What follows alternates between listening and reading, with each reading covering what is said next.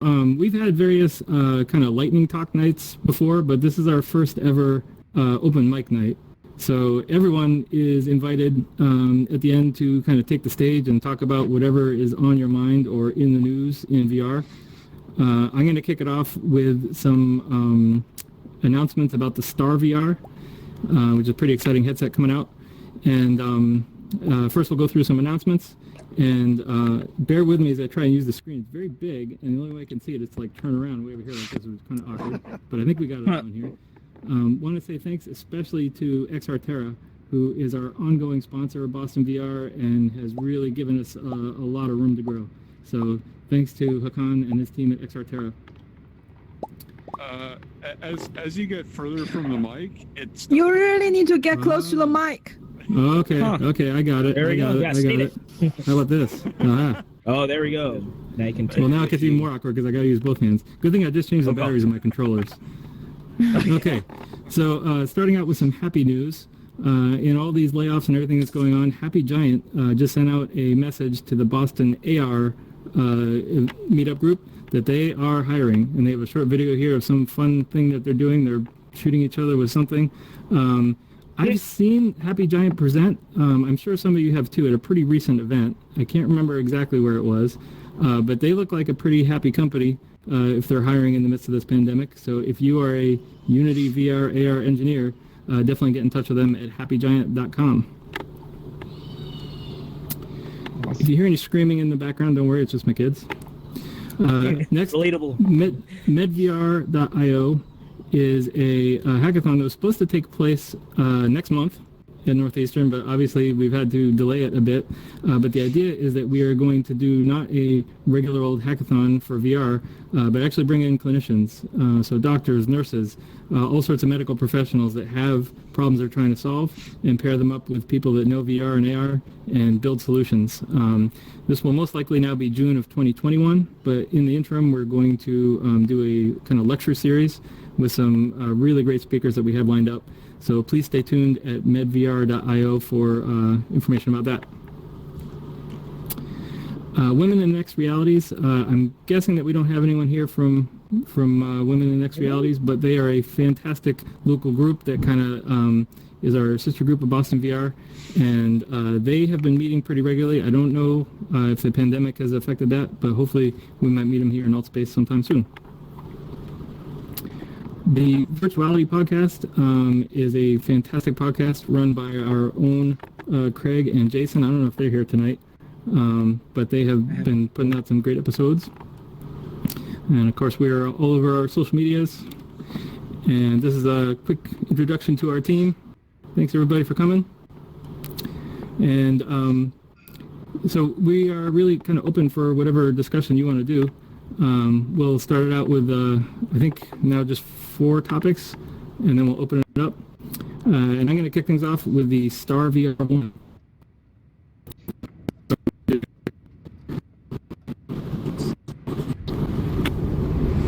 This is StarVR 1, a VR headset that redefines the boundaries of what is possible in VR.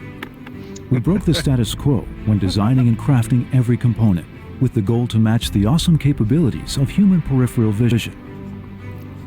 Our patented architecture reaches 100% field of view, so you can't help but naturally immerse yourself in every VR experience. The full RGB AMOLED is designed for VR, serves up 16 million subpixels, packs in over 16 pixels per degree, and provides professional-grade color gamut of over 105% of Adobe RGB. The state-of-the-art lens design and manufacturing precision ensure an incredible level of detail and deliver a visual experience that's always sharp, stunning, and truly lifelike. StarVR 1 features seamlessly embedded eye tracking, enabling foveated rendering to push the highest quality imagery right where the eyes are focused. Eye tracking also captures and records every subtle eye movement for insightful analytical possibilities. Our headsets are embedded with leading tracking solutions and ready for deployment in areas small and large, for use by one person or many. Third-party systems can also be integrated to massively increase their potential. StarVR 1 is the result of our uncompromised dedication to empower visionaries to redefine what is possible. All aboard the hype train. Whoa.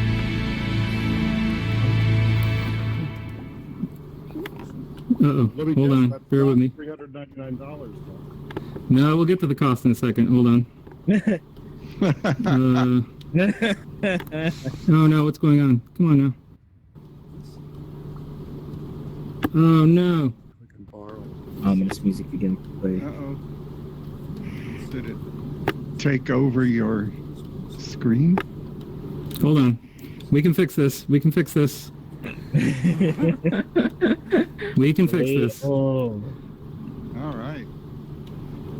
So, oh, damn it.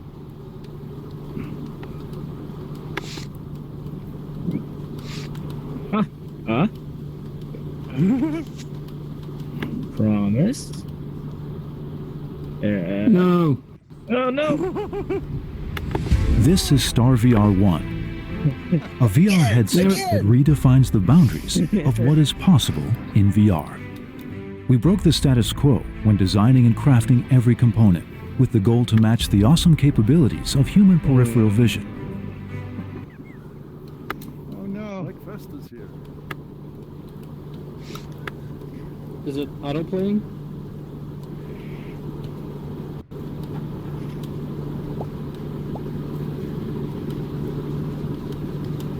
Wow, for once it's not the VR tech that's brewing up. Nice. Change of pace. Okay, tell you what. I'm going to surprise the next speaker and have them get up here while I try to figure out how to get these slides to work. This has been an ongoing issue with Altspace. We've tried slides.com, now I'm trying Google Slides. None of them seem to work so great. So, Greg, do you want to volunteer to go next? Yeah, sure. And If I'm I get going let to on try the my stage. best not to have that loud video play again. Now that we're all on the hype train, why don't you lead us forward with our next topic? How does one get up there? One second. Oh, sure. Okay, go ahead. All You right, up one there? second. There we go. Okay, good. Hello, it is me. I have your attention now. My topic is less intense and awesome, and there's no video. It's mostly me reminding you to go check out 360 art. Well, not only that, I mostly did a bunch of research on stuff that you can do for free on the Oculus Quest, because that's what I have. And it turns out there's a lot. I guess I should start out with side quest, which I mean I checked out for like several hours the other day. There's just so many free things that you can download and try. Side quest, I have it on my MacBook Pro. I'm pretty sure you can use it on other computers as well. Basically, it's just it's a really easy app. It just you can sideload apps that have been released that have been approved on that store. You can just sideload it onto your Quest, and it'll appear under unknown sources most of the time. But you can go and just play the app there. I mean, I played a first-person shooter for the first time in VR from that, and it was actually kind of a fun time. I did that like a couple of days ago, and that was for free. You can do it for free. Just download side quest and just find something that interests you. They actually have a pretty decent search system, and they have all these categories and whatever. So this is me reminding you. There are millions to download. Is that true? Side quest? Yeah, they've hit some milestone recently. In any case, it's actually a really nice service. It's completely free, or rather, all the stuff that I've done in it is completely free. So it's it's a very good resource. And if you're like me and you don't want to spend money on things, definitely check out SideQuest. It's a great way to get some apps that you like, and just experience things in the headset. Another app that I found, this one's less apps and more 360 videos. But if you're looking for like a curated 360 video playlist to, because if you're like intimidated by YouTube's VR search, like options like I am. There's it's called Within, and this is on the Oculus Quest. I know, and I'm not sure if I don't think it's on anything else. But Within VR is basically it's an app that you can get on the Quest, and it just has a bunch of really cool, like kind of pre-curated 360 videos that are interesting. They're trying to make themselves like I think another platform for cool VR videos, and it's easier to sift through than YouTube's VR app. So I highly recommend Within, because they have this one experience which is basically you're just following along Lego Batman. I don't know, I got a kick out of it. It was really fun. It's a bunch of cool 360 videos. There's just some good art. And I guess the last thing that I wanted to recommend was Quill Theater. If y'all might be familiar with Quill VR, which is a platform, it's kind of like Tilt Brush, where you can create 3 or you can draw things into existence. They recently they created an app and they put it on the Oculus Quest called Quill Theater, where you can it's apparently it's not super easy to get your stuff onto it, but the stuff that is on there is very well curated, and they have some really cool full stories there, 10-minute 15-minute long experiences that people went in and drew and hand animated with their own art stuff. There's some crazy stuff there. They have a couple of them, the stuff that you can get on there are just scenes, right, that some artist made to demonstrate an art style, and just as a portfolio kind of piece type thing. But some of it is a full-on music video. There's one, for example, that it's them creating it's a magician who's creating a bakery from scratch out of the universe, and it's really cute, and it's a really good art style, and it's really fun to experience. And that one is 6 Degrees of Freedom. That one isn't even just a 360 video. That one is something that you can kind of move your head around and explore and kind of get closer to, although I will say most of Quill VR stuff isn't necessarily interactive, but it is really cool, just kind of from an art perspective. If you're looking for art styles, there's some really, really cool work being done in Quill Theater. That's the app that I found and I'm really enjoying. How are we doing on We're all good. Presentation but stuff? We got some questions for you if you're ready for them. Oh, sure. Go ahead. VR Believer, are you ready? Here you go. You're on the megaphone. What's your question, can you guys hear VR me? Believer? Yes, we can. Cool. I just wanted to tell you quick things about Within. If you haven't gone in there and tried the Quebec spatialized classical music, Mozart stuff, they're very good about teaching classical music where your eye line lets you see Mozart, soloist, and orchestra around you in a circle. If you look up, it translates what they're singing, and if you look down, it's telling you about the orchestration. And they did a great 3D sound version that's in Within. Just look under music, okay? And for those here in the group that don't know, Spatial.io, which I was alpha testing inside Quest headsets, is now free to everybody. They just unlimited and made it available to everyone, consumer. It's a kind of web AR VR thing for group collaboration, and it's very frictionless. You don't have to download anything. It works on any web browser. So if you haven't had a chance to check that out, it's pretty cool. And I think there was something else I was going to say. Well, never mind. I don't remember what it was. Something you said reminded me of another cool quest. Oh, yeah. Sure. Supernatural. You know about that app? Supernatural. I know the show, but not the app. It's a combination of Beat Saber and Peloton, where there are people every morning who train you in real time, and you move around in VR using your Quest. And so it's like a full-up exercise, all different parts of your body. And it's got a subscription model. It was created by Chris Milk, the guy who helped found Within. He's also behind Vader Immortal and a lot of really cool virtual reality experiences. And so if you haven't tried Supernatural, you can try it for free. And then if you like it, you can do their subscription-y thing. Neat.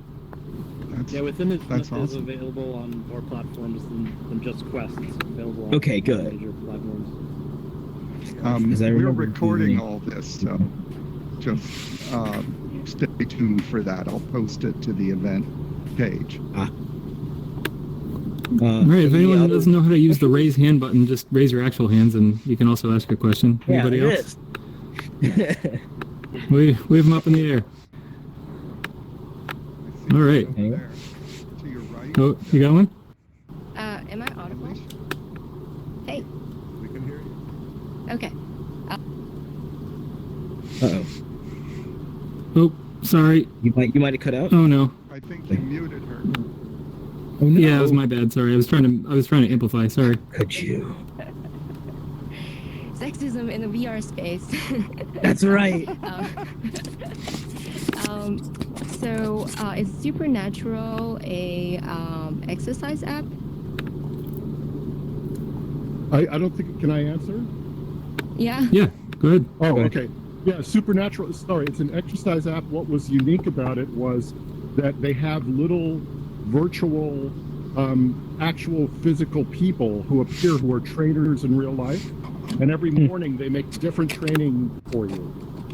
So even though you're doing your motions in your quest, they're kind of coaching you and seeing how you're doing and giving you interactive stuff. Did my voice carry? Did everyone hear that? I just Yeah. amplified it. Oh, sorry. Yeah. For anyone who didn't hear, I was just saying Supernatural is an exercise app, and what's unique about it is physical trainers every morning make different training regimes for you, different music, different beautiful surroundings, and the concept is just to get your whole body to exercise rather than just your arms or legs. And so Right. they all have training in real life. And I just thought it was kind of a cool thing to launch that because the physical trainers can't physically train anybody, and you can't go into a gym. So it's a good time to try it out. But the people are wearing headset when they do the training, right? You are wearing a headset. They appear virtually in front of you as just an avatar of the real self. It's like someone did a 360 video of them, and it's inside your 360 video. You know what I mean? So they can move around in 3D, and they look like a real person. Okay. I wonder Well, you can just if it's easy to maintain balance with a headset. Without seeing the real world. well the quest is not that heavy. I mean, I found it was not a problem. Mostly you're moving, you're just squatting left and right or in place, and your arms and legs are moving only a little bit. You don't have to run around or anything. Okay. Yeah, I saw someone interesting. dance with the headset. It's possible. I dance. I mean, I'm all the not time. I'm not a That's what gymnast, but, and I'm kind of a bad exercise guy, and I was able to do it. So That's cool. I try it out. Any other questions, or should we go back to the previous presentation? Raise your hand now. Speak now, forever hold your peace. Sounds good. Go back to Star VR. Okay. So sorry for the technical difficulties. Slides in AltSpace have continued to dog us. Most of the presentations here aren't using them. I am because I wanted to show you this one image, and I hope now it doesn't mess up. Let's see. Here it is. So this is not the Star VR 1.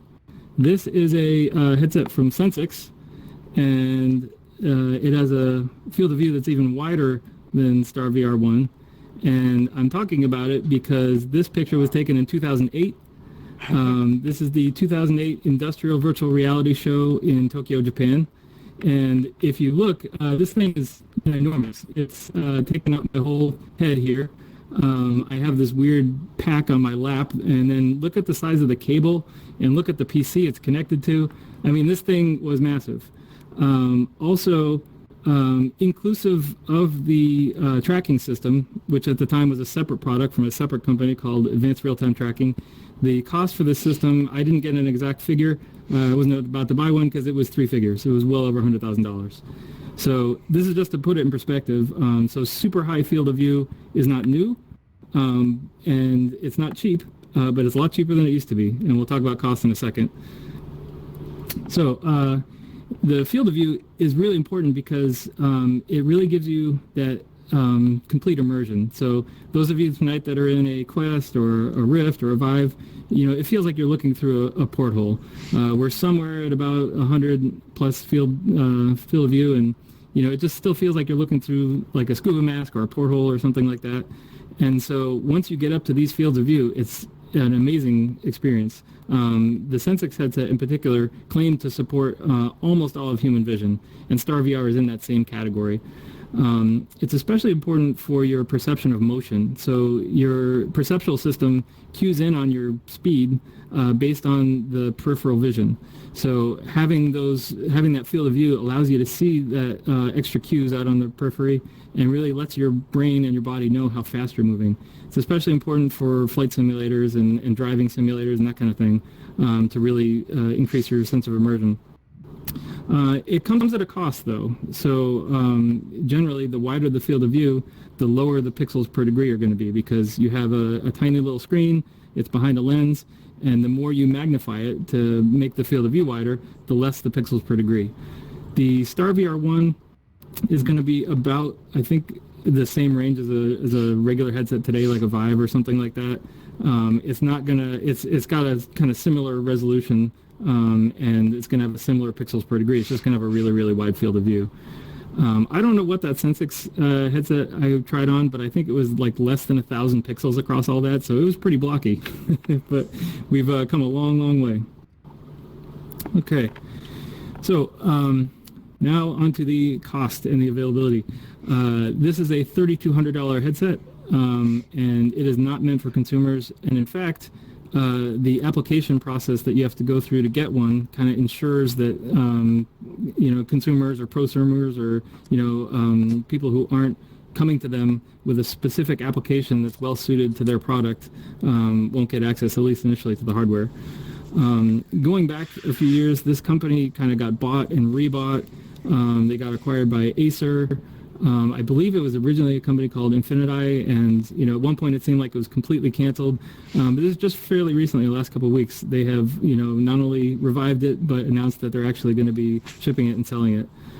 So I think we'll probably start to see markets like the ones I described, especially flight simulation, take advantage of a headset like this.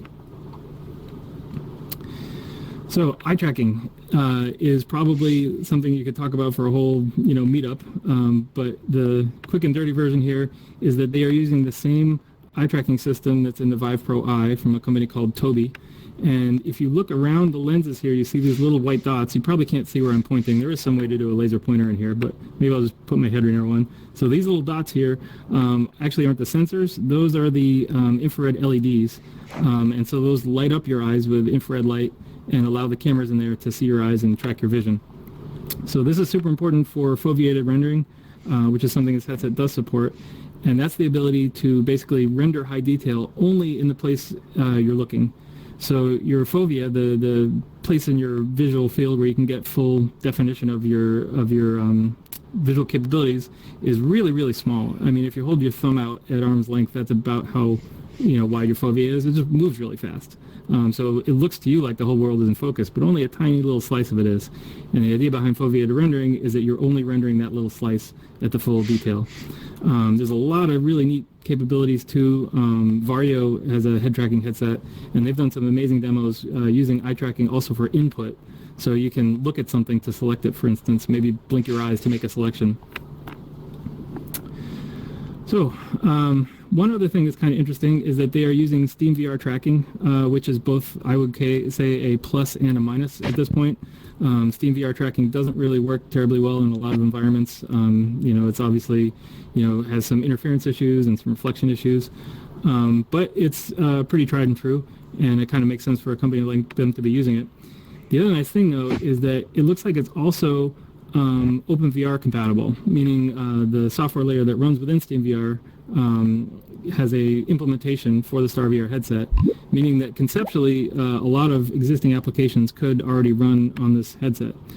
One thing that's really interesting that I saw on the MRTV YouTube channel is that you need to have 4 viewpoints to make this work.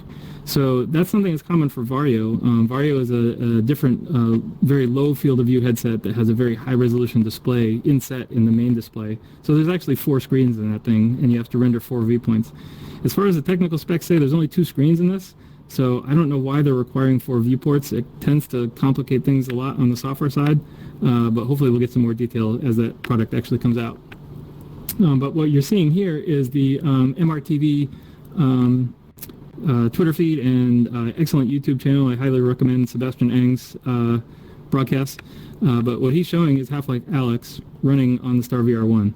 So that's a good indication that there's some, early compatibility with some existing very popular titles. But again, this thing isn't for gaming, and if they catch you running Half-Life Alyx on there, maybe they'll take it back. I don't know. Okay, that was about it. Jono is not here tonight, so we'll skip over to the next talk. But does anyone have questions for me? You can either do the hand raise thing or... Yeah, go ahead. I can hear you. I just wanted to say, hey, it's Charles Perkins. I didn't know if I was here. Just wanted to say hi. Hey, how's it going? You're welcome. Les. Go ahead. Let me give you the megaphone here. Can everyone hear Les? Can you hear me? Go ahead, Les. Yes. Yes, go ahead. Yeah, I had a question about the wider FOV. So isn't that going to be an issue for motion sickness to increase it? Or is there some sort of threshold where a wider FOV, much wider than we've experienced so far with VR that we've been able to because of the tech, somehow mitigates the fact that the disconnect in our limbic system with VR and the whole mismatch? Or is it just going to make it worse? Like if once we do get this tech to be able to use just like we're using it now for this stuff, but also playing games and stuff. I think you're going to find that like I said, the sense of motion is greatly enhanced, and it can be that sense of motion, especially acceleration and deceleration, that cause sim sickness. So that's why in a lot of apps you'll see they kind of instantly, they don't have acceleration. Basically, you're not moving, and then all of a sudden you're moving at full speed or whatever, because it's that speeding up and slowing down that really causes the sim sickness. And exactly. I think apps that are poorly designed are going to have some problems with this. I can tell you that when I was in Tokyo trying that Sensix product at that high field of view, I had a pretty unique opportunity because when I showed up at this trade show, I was in the same booth with Sensix at a company called Kanematsu, and all I had to do was open my laptop and I was done setting up. But they were having all sorts of difficulty. Again, the tracking system was from a different vendor than the display, and I was like, oh, I can help you out. And so I got to play around in this thing for about half an hour. And after that half an hour, I had a really strange feeling like I was still moving. So in this experience they had, it was a pretty simple fly-through of a city. And I don't know how many of you have gone ice skating, but for me, sometimes after I'm ice skating for a long, long time and then I get off the ice, I kind of feel like I'm still sliding. I feel like I'm still moving. Mm-hmm. And I had that same feeling after I got out of this thing. It was really pretty neat. But I could also see that it would cause a lot of sim sickness. Interesting, yeah. All right, anyone else? All right, sorry again for all the technical snafus. Les asked my question. I think that was Les that just went. Oh, okay. Okay, good. So as I said, John was not here. So next we have Alicia. I'm going to take the stage, Alicia. Everyone give her a warm welcome. Hi, Alicia. How about some claps? There you go. You can teleport up there. Too short in VR world. So. Oh, you can teleport. If you use, I think on some controllers it's a touchpad. Okay. There you go. All right. I'm also having some internet issues, so if I disappear, feel free to move on or etc. Okay. Oh. Speaking of, Where is she? I think that was a I very just timely teleported comment. that was Oh, wait, Okay. that was too good. Still there. Okay. So I just You wanna want to get grab closer the to the mic. The grip. I'll amplify you as soon as I can. We're trying. We're trying. All right.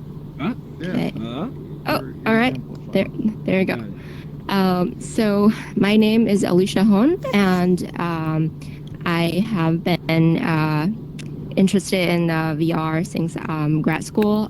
So my background is mostly in research, running people through VR experiments, and kind of measuring their like bio data, and measuring also through survey how they are feeling when they're exposed to a VR experience versus flat screen media, and I also started a club at Boston University where I did my grad program, and that's basically how I and there was a kind of fall period. I am more involved in other industry like AI, and now I'm working in a healthcare consulting. But I had a chance last event to come back here because my club leaders told me about it, and my re-entrance was actually a little bit embarrassing. Jeff, remember, I run over the speaker on the stage and was blasting echo everywhere, which I found it a rather interesting thing because I would never do that in real life, and that just kind of lead me to think about kind of, and also I have been always been interested in kind of the differences when people are put in a real experience versus in a virtual experiences. And there are definitely a lot of differences. So I think I also didn't prepare a slide. I just want to kind of have a discussion. So I put out maybe a few things that I've observed or kind of noticed from reflection of research. So first thing is I think this inhibition effect kind of tied back to what I described a bit earlier. So people are more free to express themselves or do whatever they want in a VR space because first of all, there's no identity attached necessarily. If it's not just like if not a ton of people know about you, and also just the lack of immediate presence and based on either body language or eye contact, although I can see everybody staring at me here. So I guess there is a level of kind of intensity through eye contact. And also just basically things are virtual, and so your brain is telling you this is not real, like it's not happening in real life. But in a sense, it is still, because, you know, those interactions are real and you get, you remember those things. So, so that's part of the disinhibition. I don't know if everybody checked out the campsite as part of the AltspaceVR space. But basically, the introduction there, you're going through things that you should avoid doing, and things kind of like a cyber abuse. And I think it's more, I don't know the statistic, but I imagine there are more of that in the virtual environment. So that's one. And then the second thing is Facebook did a study. They put people through a train cabin and just have people make conversations with strangers. And they were able to and then study about their how satisfied they're about the experience. They were people were able to make very deep conversations, although they can't see each other.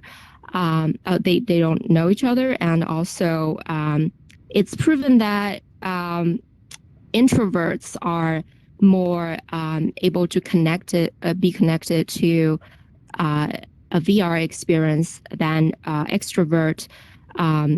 About 87% of introvert express that they want to see the person in real life and continue this conversation. About 58% extrovert express the same thing.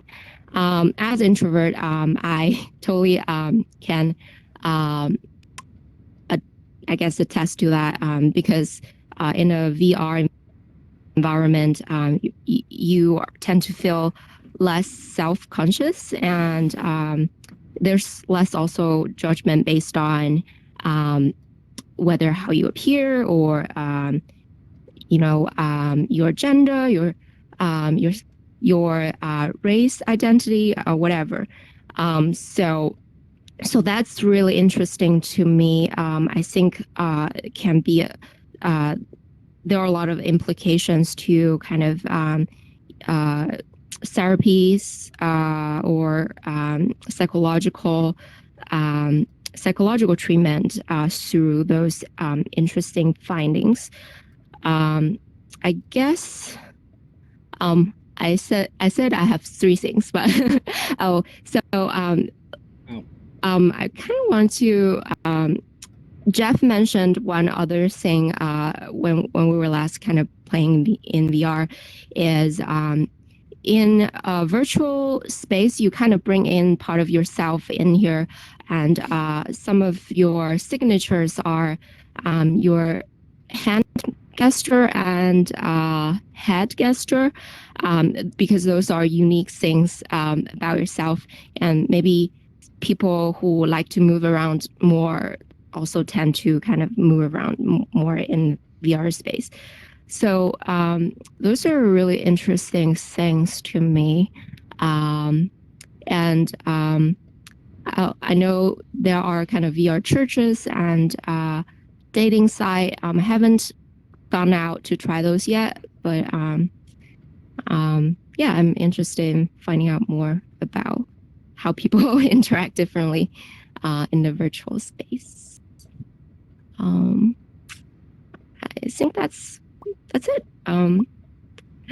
Jeff, do you want to kind of share some of your insight, or anyone has questions? There's some psychological research conducted by Skip Rizzo that people who have emotional problems will confide in an automated bot in a VR things they would never confide in a live person. It doesn't always happen that way, but there's something there. What do you mean, confide? Confide meaning share your personal problems, admit to things you would feel uncomfortable talking about it to a real person, but they will confide in an automated a bot, a psychology bot. And how avatars affect that is another layer entirely, but I'm not too familiar with that research. That's really interesting. I have a question in regards to long-term effects of VR versus, common reality as we see. Could you possibly have a duality in personalities based on the fact is that you have two personalities based on the reality that you're existing in?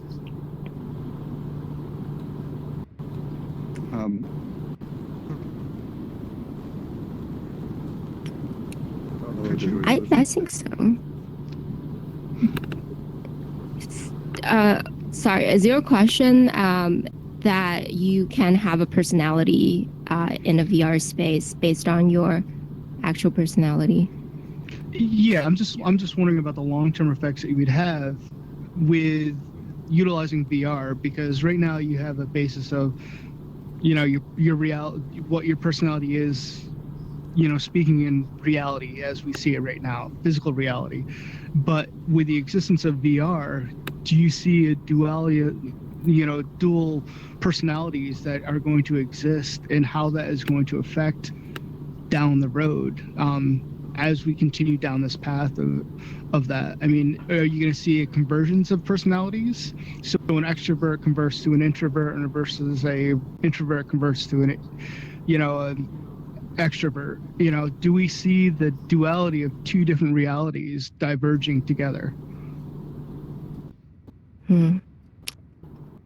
I think that's a really interesting question from my point of view. There are two types of personality. One is how you exhibit to the world, like how to say, like external personality.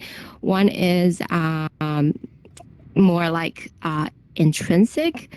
For example, I am an introvert. I get energy by kind of being with myself and doing stuff I like to do by myself.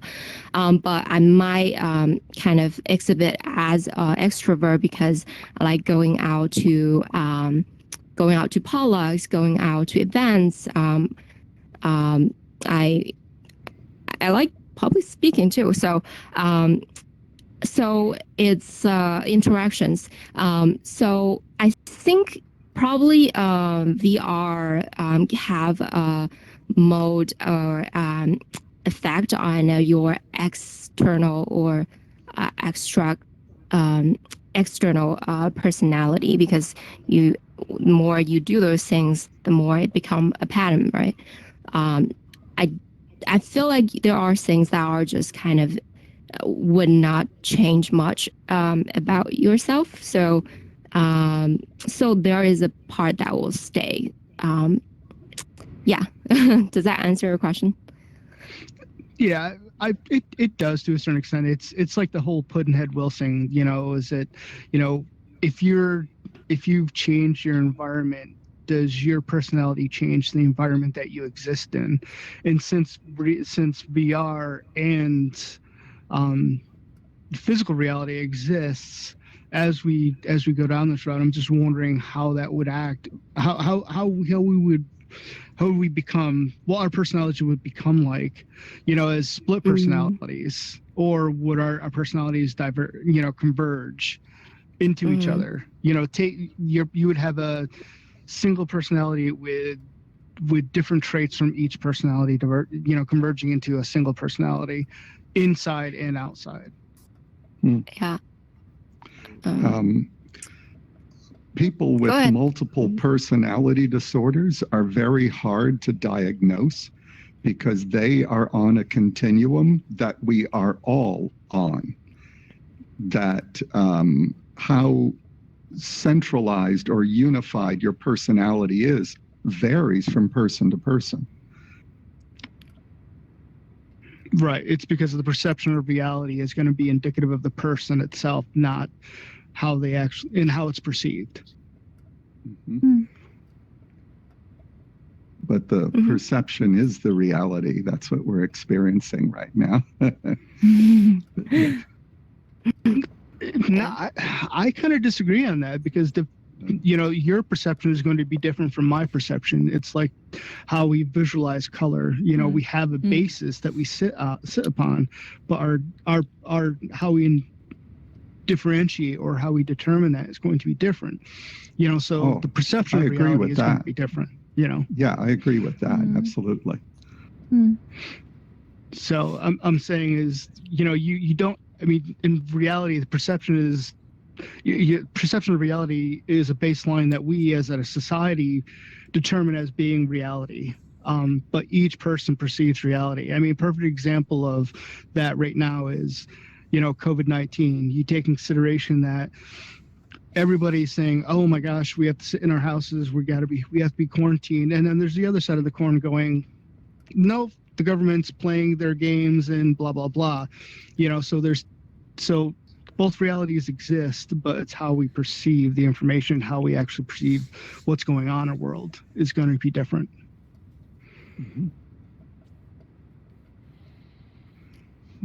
So, just curious. Yeah. Jose has a question, I think. Sorry. As for the multiple personality thing, I feel it already happens outside of VR for people that participate in different social groups, especially different social groups that take place in different languages. For example, I come from a Hispanic family where a lot of the things that we talk about have a cultural background that is very different than what I can assume when I'm in a more English-speaking place, and I would sometimes have just communication gaps but it's really because even just the way that someone would communicate just switches, not so much because they are different, but because their environment also affects it. Because some communications might be faster if you say it in a way that's more in the style of the people that you're talking with, and it's not necessarily a conscious decision. There are, I think the term is code switching. I'm not sure, but yeah. Yeah, I definitely resonate with the point of like culture as or environment as a kind of molding factor. I come from China. I came here about 4 years ago, and I feel like I just basically adopted a different personality. When I feel like back in my home country, because of the collectivism culture, I tend to just kind of go along with the group and didn't really feel like, or maybe it can also be an age factor, but I didn't really feel like there is a personality, much or a strong personality per se, and it can be. Disappeared. Yeah, thanks. Network. Well, let's give her a second. She might be coming back. In the meantime, could everyone please mute your microphones if you're not speaking? I'm hearing what sounds like a TV or something in the background. I'm not sure who it is, but if you go ahead and mute, I would appreciate it. We could also try the mute all feature, but I'm worried we might cut off someone who's actually trying to speak. And she's back. Can you hear us? Sorry. I disappeared. Okay, I will just speak it down here. So it's really liberating to be in a culture where you feel like you can express yourself more. So that's why I like sticking around here. And there are some kind of I feel like Spanish culture, you are more able to, even on a further level, kind of self-expression and just kind of be true to yourself and relax. And that's kind of a place I want to be. And so I think VR really provide that environment where you kind of shape your own environment and live a type, it's possible you just live a different kind of lifestyle that you want. You can be, if you want to experience a homeless person's life, maybe there are people creating those experiences. So that's a fascinating aspect of VR that is just really, I think it can advance human experience in a really fast, really amazing level. So yeah, I think it definitely it can change your internal experience, and it can exhibit through your personality, through interaction with others. It definitely change your internal kind of perception of yourself and all that stuff. So yeah, it's kind of my spur. Any other questions? Yeah, we have Jose. Do you have a question, Jose, or did he just go? I have a question. I have something to say, maybe not a question. Oh, who? Where are you? Yeah. Oh, here you are. Give me a moment. I got it. Go ahead. Okay. So, can you hear me? Mm-hmm. Yeah. Yeah. Okay. I think you gave her the. You gave me the. Control amplifier. Thank you. Yeah. But I do have a question after, but I'll wait for her to finish. Oh, okay.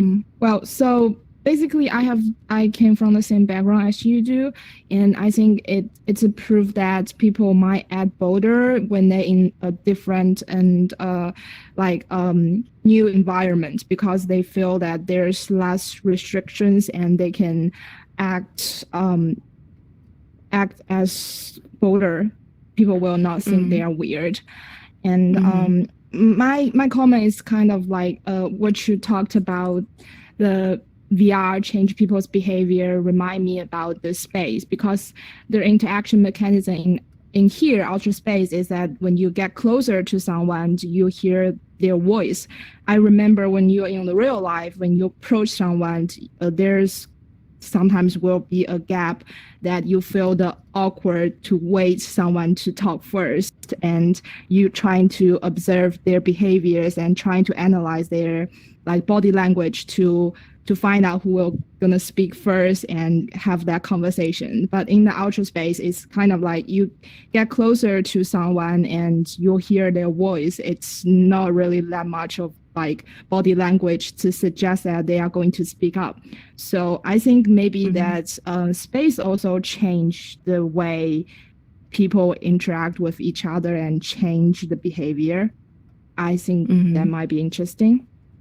And my question is, do you think that AR change people's behavior, influence people's behavior more than VR change people's behavior? I know that may seem a little silly questions, but that's my question. I think it's a very interesting question, and maybe people have different perspective. To me, definitely VR is more kind of invert interaction or experience, and AR is more expert, because I think a lot of people hate about VR goggle because it kind of looks silly, and it's like you're basically blindfolding yourself from the outside world. But it really just that's an opportunity for you kind of to dive into this your internal space, either through media experience or kind of interaction, because it kind of provides you a chance to create a distance from the actual real life, right? It's almost like escapism experience. So I think VR is more kind of internal communication than AR. Sorry, I kind of forgot your question. Can you did that answer it?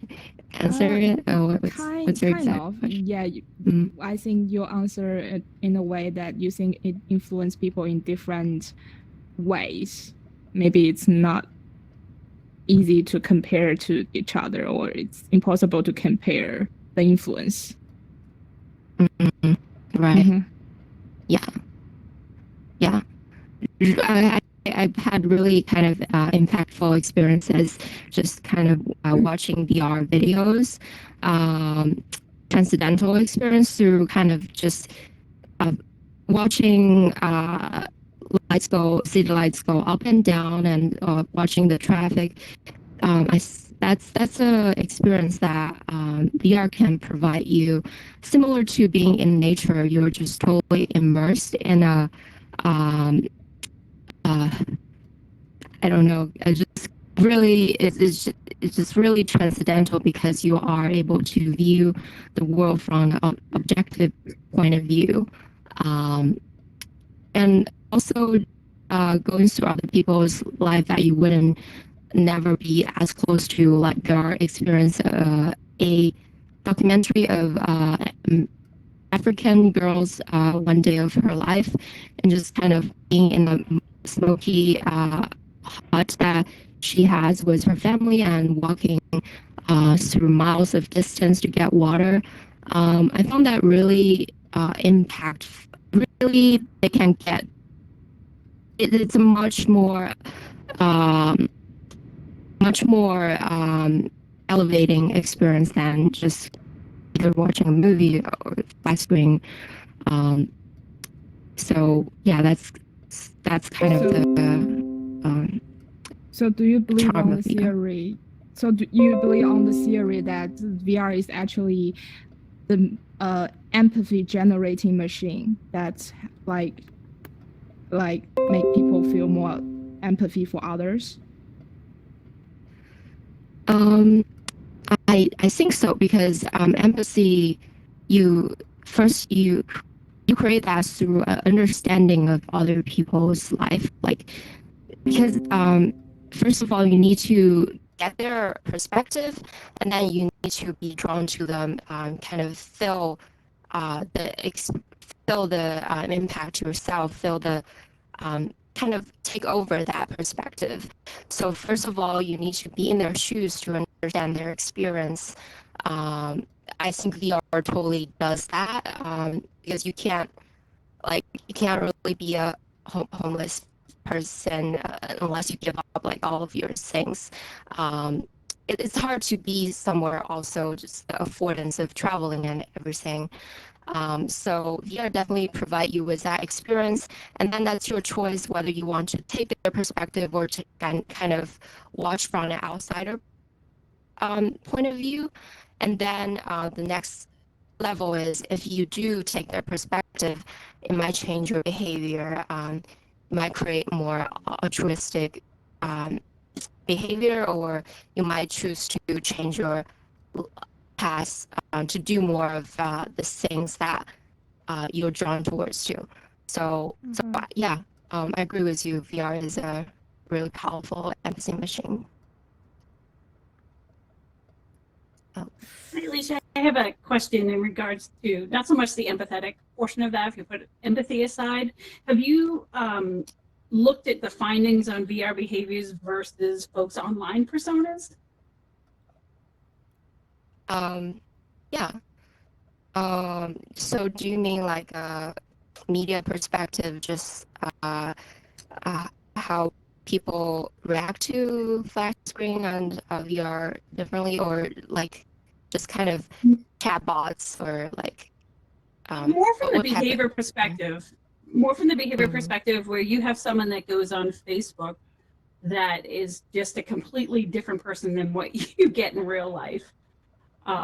They're just more the behaviors from that, as in comparing that to what their persona is virtual reality. Yeah, I think that's a really good question. I think a lot of the effects are the same, the disinhibition, and just, being more able to do it, and just more swearing as well, and especially if you feel like you're interacting with someone who's not representing a real object, a real person. When people are interacting with chatbot, they definitely tend to use more what's the word? Yeah, just profanity. But I think in VR maybe a little bit less of that, and also, when I look at Jeff, for example, because he kind of have an avatar that is I found it really close to his own kind of the image. So I feel like that connection is more real, and also through doing activities with him. So another theory, and it's kind of sidetrack, is how you build relationship with other people. It's also a Facebook study. There are three things. One is frequency of interaction. The other one is the variety of things that you do with another person. And the third thing is how significant it impacts you, whether being being a really important conversation to you that makes you change your decision, or something that change your personality or change your kind of value. So those are three things that really shape the forte of your relationship with another person. I think in VR, you are able to do more of those things, not just chatting, like Facebook, and you're able to see the person in front of you, and you're more able to have deeper conversation. So that's kind of my take. But I'm pretty sure there are comparison. I know there are research out there that indicates those differences. Alicia, Thank you. I did. Mhm. You're welcome. I did my master's thesis in 1997 on social space in virtual reality and how just your location relative to another person, location and facing, means a lot. And you can see that if you look at animated cartoons. You can have a happy dot, a sad dot, an aggressive dot, all based only on its motion. And then you add in head and hand motions, which are unique to every individual, like a fingerprint. And that's a lot of presence. So I think and my personal opinion is that people tend to be less well behaved on Facebook because it's just words. So it's harder to be heard, and so they need to amplify it. That's just an idea. Yeah, I agree with that. And if It's people can interesting put because their it creates. face, Sorry, it's Sorry, go interesting ahead. because it creates digital.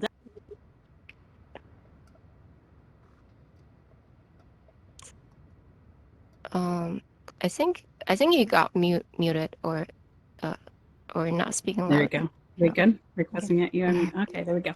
I think it's interesting because on Facebook you create this digital exhaust, if you will, and I find it fascinating that that can be recorded and people can look back 6, 7 years or whatever, and yet our conversations are much better in VR. But people are worse. I feel like their behavior is much less flattering on Facebook to the same opinion that you all have. But yet that's a saved piece of digital exhaust that you're doing. So I find it kind of fascinating. Yeah. Yeah. Definitely. All right. Looks like we still have a few hands raised. Rock D Dog, do you have another question? Or Les is also raising his hand. Maybe those are just leftover hand raises. Anyone else? We're having trouble hearing you. Yeah, there we go. It's kind of interesting. We're talking about like how we're experiencing VR, but we haven't really looked at the darker side of VR as well, is what it can actually do to people's behaviors and also personalities, and that they're subjective in real life and also in VR. I mean, you could leverage VR as a platform to change behaviors. Do you have any thoughts on how behaviors can be changed by leveraging VR for an extended period of time, or as we move forward using this technology? Yeah, that's actually one of the research that my research group are trying to do. And one, I forgot his name, but the father of VR, Jeremy Ballison, he did he did a research of how kind of the empathy piece translate to actual altruistic behavior that can be generated through VR. And it's kind of a piece that just he couldn't bridge together. And because to form a behavior pattern, it takes time, repetition, and perception, perspective changes. It might be just kind of, it's hard to do a research on based on longer term like that. but that's definitely an area that a lot of researchers look into, and I believe in that power as well. Yeah, but Yeah, I don't because have. it's yeah, Go for because it. it's interesting. The reason why I say that is because the media is always trumped up. The kids nowadays have become desensitized to violence primarily because they've leveraged console games that they're completely bombarded with violence. Now you're taking it to a higher level of immersion with VR and violence, and it's becoming more and more prevalent of adding additional components to VR, the tactile feelings, that your controllers, how you see, even the resolution itself is going to change. So it's interesting how that, if behavior can be changed, how laws are going to be interpreted, moving forward as well, and how it can affect VR. Yeah, and it's a safer environment to experiment things, because it has intense enough immersion and to create a closed simulation, but it doesn't necessarily have the outcome that it may create through making experiments in real life. So Don't touch me there. This is hey, my nono square. okay. See, that's that's one example of experimenting in social convention in VR. So yeah, I agree with you that it would be a powerful, definitely experiment field for a lot of important important social research. Yeah. Interesting. I wonder if it could actually be a treatment for people that have mental illness as well. Just to be interesting. Oh yeah, definitely. There are it's already proven useful for people treating phobia, for example, phobia of spider, and just social anxiety as well. A lot of PTSD. training. Yeah, PTSD, and yeah, it's Gender already proven dysphoria, effective. eating disorders. In eating disorder is tied to an inaccurate understanding of what your own body looks like. So a person with anorexia is actually more susceptible to body illusions in VR because their sense of their physical self is weaker. And you can play with that, try to condition them to see themselves in a better way. Polymorphism.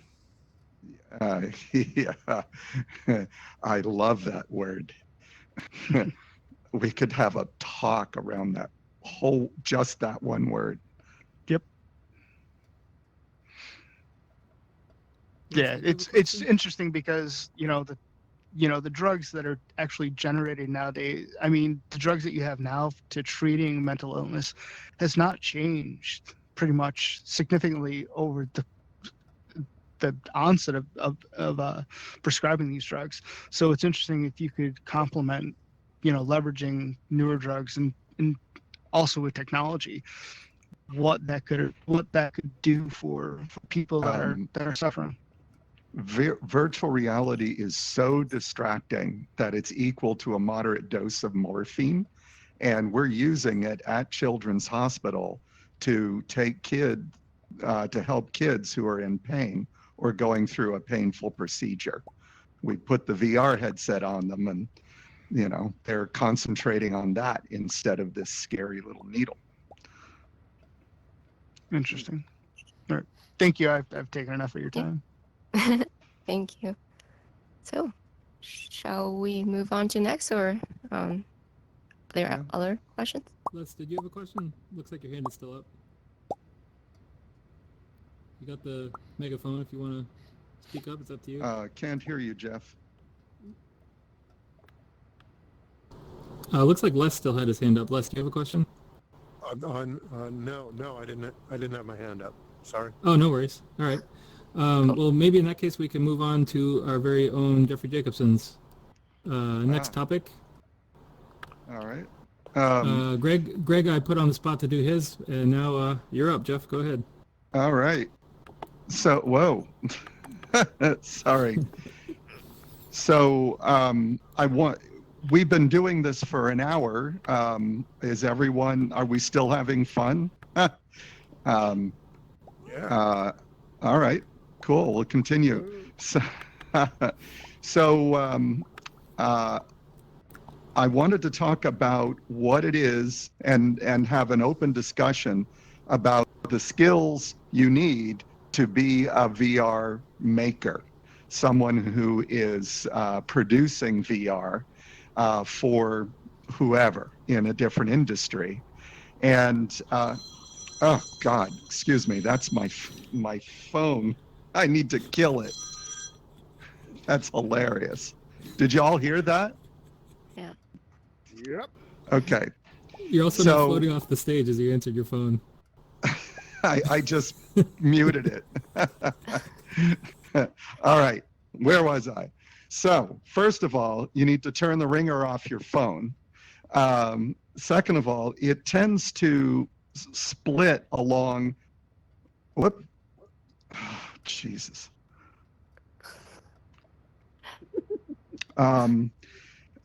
Programmers and artists. That's the idea, right? Well, it's really more people who are storytellers and psychologists, people who are visual artists, and then people who are software makers, and then the hardware makers.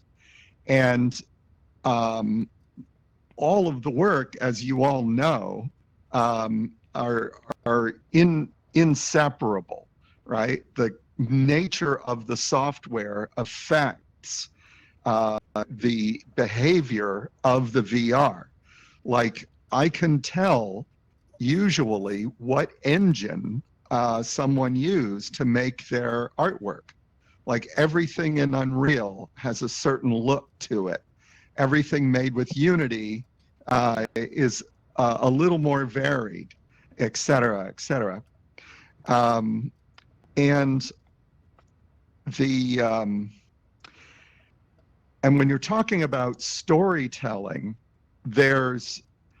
it's more about visual storytelling. So screenwriting or writing for the theater is more appropriate. God. Or is if you were going to study how to become an author, a creator in VR, you do better by studying screenwriting and improv theater, or better yet, go and do it. Now, obviously, if you want to be a VR creator, you have to experience a whole lot of different VRs. I'm talking about where you go in the physical world for skills that you can use.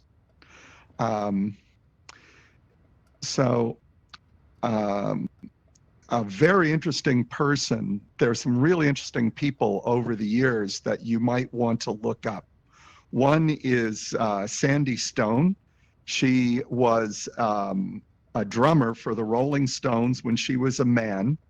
In 1994, I took her virtual reality course when she was a woman and a professor at the University of Texas.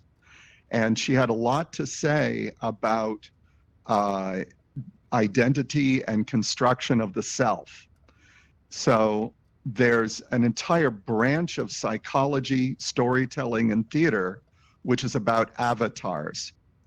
So if you're interested in that, you can follow people like Sandy Stone or Josephine Anstey, who did a lot with puppeteering. She was at the University of Buffalo. And if your interest is in the psychology of self-perception, look at the work of Mel Slater. He's done a lot of research. He's kind of the leading authority on presence, but his last 10, 15 years have been mostly on how do you understand what your body is? How do you know what your body is? So it turns out that's very elastic.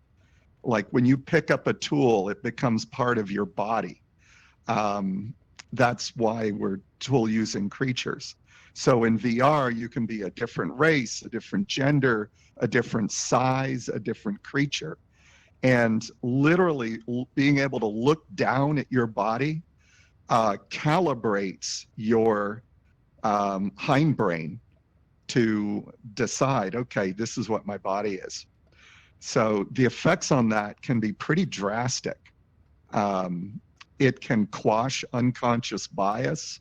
I didn't prepare a talk tonight, so I'm kind of spilling here.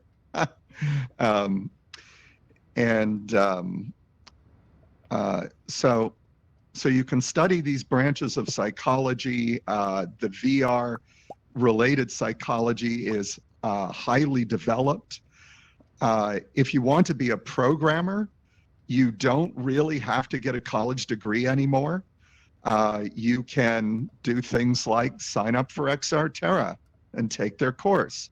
Or you can get these really great books on how to program languages, how to make VR. You can study it on the web. And we've been trying to have a dev jam every month where the makers can get together and help each other out. There are clubs existing. The only reason for getting a computer science degree is if you want a deep and flexible understanding of how the computer really, really works. It's harder to do that for yourself. But given the cost of a bachelor's degree these days, you know, it's frankly, you're better off starting with the books. And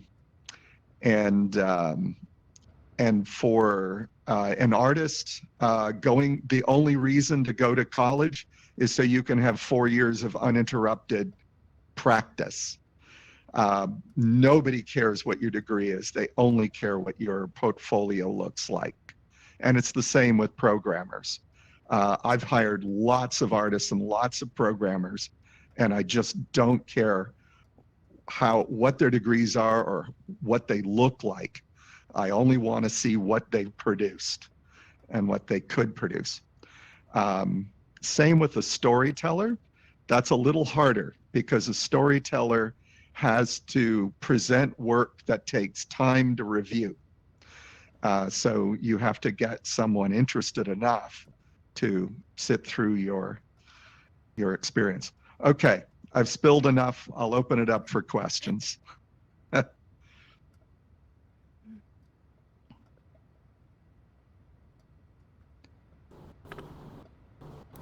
Are you all stunned by my genius? We have a question from David. Go ahead, David. You have a megaphone. I'm trying to give you a megaphone. Sorry. Okay, go ahead, David. Is David here? David's muted. No, he has a megaphone. All right, let's try Amy. Do you also have a question? Oh, sorry, now she's muted. Yeah, okay. I don't think it's a Go ahead. questions.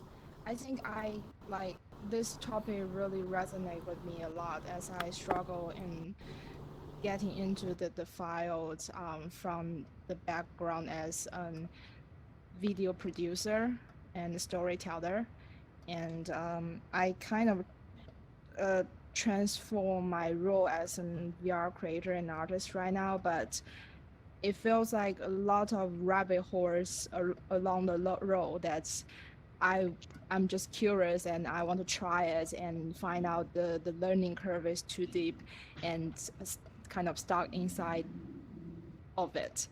And so this topic really resonated with me a lot. And I guess it's kind of like because I came from China also, I think it's a privilege you can also to try all these things out, because in China you don't actually have all this resource. I wrote my undergraduate thesis paper about VR film, but at that time I can only by using my imagination to figure out what the mechanism will be in the VR film, what the interaction mechanism will be. After, it's only because I came here and I kind of do more self-learning through the internet and get all the resources to get myself better understanding about how to actually produce and interact, like play with all these different categories of VR experience. So I think these questions will be the overall questions every people have to ask themselves if they like. From my experience, I think the developer may have a like advantage sometimes, because it can be easier for them to adapt it to new technology, especially the tech. So yeah. I don't know if that makes sense. Yeah. But I do have two resources that I think can be useful if there are people from the like filmed or video producing background. There's an app and you can download in your iPhone that called VR Room. It's like VR, the two letter is capital and R is small, lower, and then room, OO is capital. That's an app you can download in your iPhone and go to the VR film festival that can see a lot of interesting content that you might not be able to see in the like Oculus Store or through the vibes or something. And if people come from like me, that videographer that want to do photogrammetry to create the 3D assets that can be used in the VR experience, there's also an app called Display Land. You can download into your iPhone and then use it to like scan the real objects and get a 3D asset from it. So I hope this can be a little helpful to other people. Good. Thank you. I have a question. Is that application that you just mentioned, is that something that can be leveraged for 3D design itself from a material standpoint? From my experience, like using it is kind of like it's really easy to use. You don't have to have the complex equipment. You can just scan the thing and then the iPhone will stitch the thousands of image to the right point and create the 3D asset, the photogrammetry. I think it's a easiest way to get into the photogrammetry now, because everybody has iPhones. Yeah. Right. It's definitely a lot cheaper than buying a 3D modeler. Yeah, way much cheaper, and Wow. give you a realistic texture. It's that's interesting. There's a paradox of the lower polygon your model is, the more flexible it is, the more things it can be. The higher your level of detail, the more realistic things are, but they're also rigid. They're harder to change. That's well, my true. question on that is that that's based on technology constraints, not on how hard it is, because the idea is that you have to build on a platform that's utilized across multiple technology streams. So you have to build for an Oculus Quest versus versus Rift S. You're going to build on different platforms. Low polys are going to give you the ability to build multiple worlds and spin it across multiple platforms without having to change as much, I should say. So the question is, as technology advances, realism and high poly images or objects are going to be much more, it's going to be leveraged more, I should say. Well, high levels of detail will be possible and will be used, certainly, but you don't necessarily want that always. I mean, these avatars we have are fairly abstract, and they're easy to create in an artwork sense. But if we had highly detailed characters, well, either I scan my body or that's it. I mean, I don't have time to draw eyelashes on a super detailed model. I just want to be somebody and go.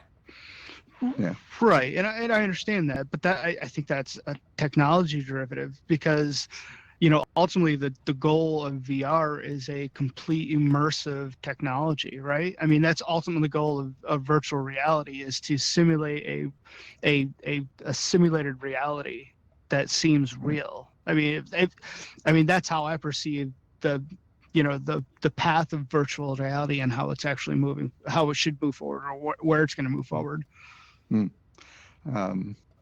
I believe that I don't want to recreate reality. I've already got one.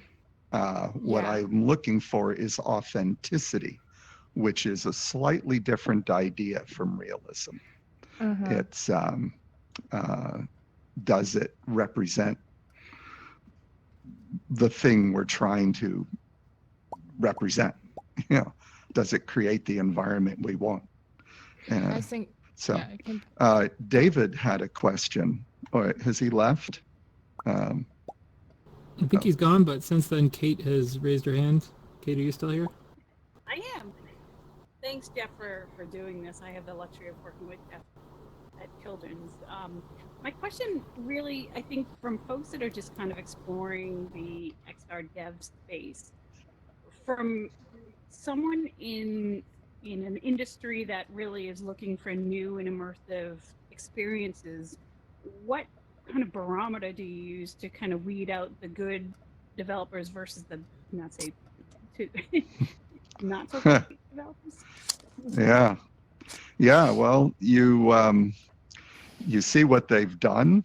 You also ask them good questions, and the closer your skill set is to the skill set of the person you want to hire, the better your questions can be. But of course, if you could do it, then why do you need them? So, I asked that question for like a lot of, VR is kind of jumping into different spaces. So the people just don't have a background or a base of that. Like, what kind of advice would you give them when they're hiring someone? Because it's very easy to create something that, ooh, look at, I can do all this stuff in VR, but it might not overall be a great product. I would say test their ability to listen and understand you, because that's the most important thing. That's even more important than their skills. Say, I want a VR that does XYZ because ABC, and give me some examples of what that should look like, and even point to things, in the marketplace that exist already. And so if this person is able to listen and understand your problem and then see the questions they ask, if they can understand what you're trying to solve, then they'll be able to solve your question eventually if they have the skills. So. Yeah, excellent advice. Thank you. Thanks. David, I just saw you. There you are. Can you hear me now? Wait, let's megaphone you. David, yes, Hi, you are can you guys hear me now? megaphoned. Yeah, hey. Okay. Woo. Man, that was hard. Sorry, everyone. Sorry. I guess mine is also a little less of a question. I'm just wondering what you think of this, but I today was just talking with someone from Microsoft, and I guess they officially released their beta of SharePoint Spaces. Yeah. And I got to play around with it a bit, If you haven't had a chance, it's really fascinating. Cool. And I think it's inching closer to this idea of authoring tools that are truly you don't need nearly as much of the expertise, I think, to create something. And I'm Yeah. just kind of wondering the democratization of that and those authoring tools and where you think we are in terms of maybe the overall adoption curve, or really just like where we are. Because it's sometimes I think we're really far, and sometimes I think we've barely even begun. And so just kind of curious about your thoughts. Hey, David, what Yeah. was Yeah. it called?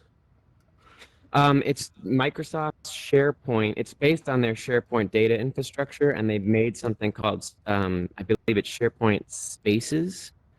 But if you look up, like, is it MR, SharePoint VR MR, it should come up. And there is a way That's to turn it on. I don't know how. Another question I have for everyone here, too, is I never can easily connect AltSpace to, like, if I wanted to send you all a link because I'm in my Quest.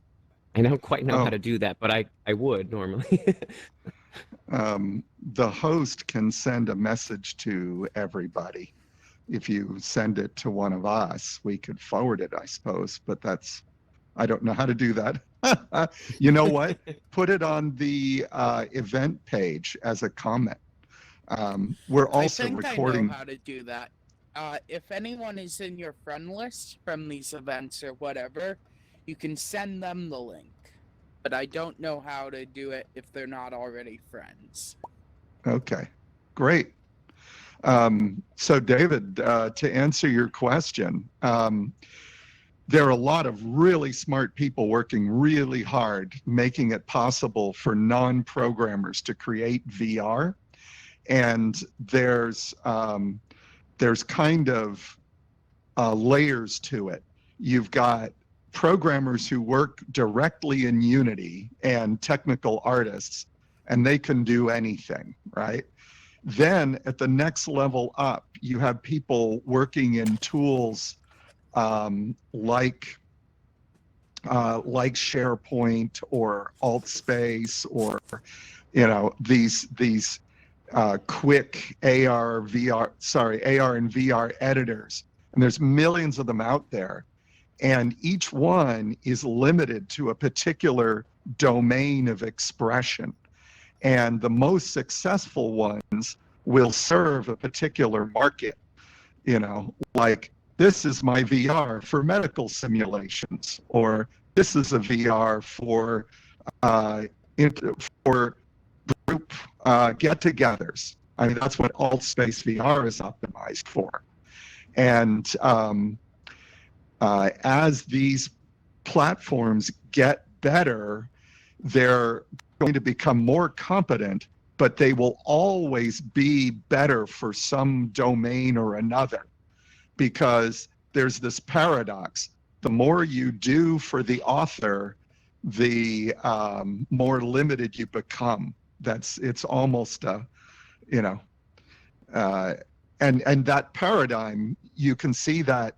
I mean, hardcore programmers will recognize that from the application builder programs like HTML, right? That's a layer that is very easy to program, but it's all you can do is web. So I'm going to give you a second answer that's specific to the hospital where I work for.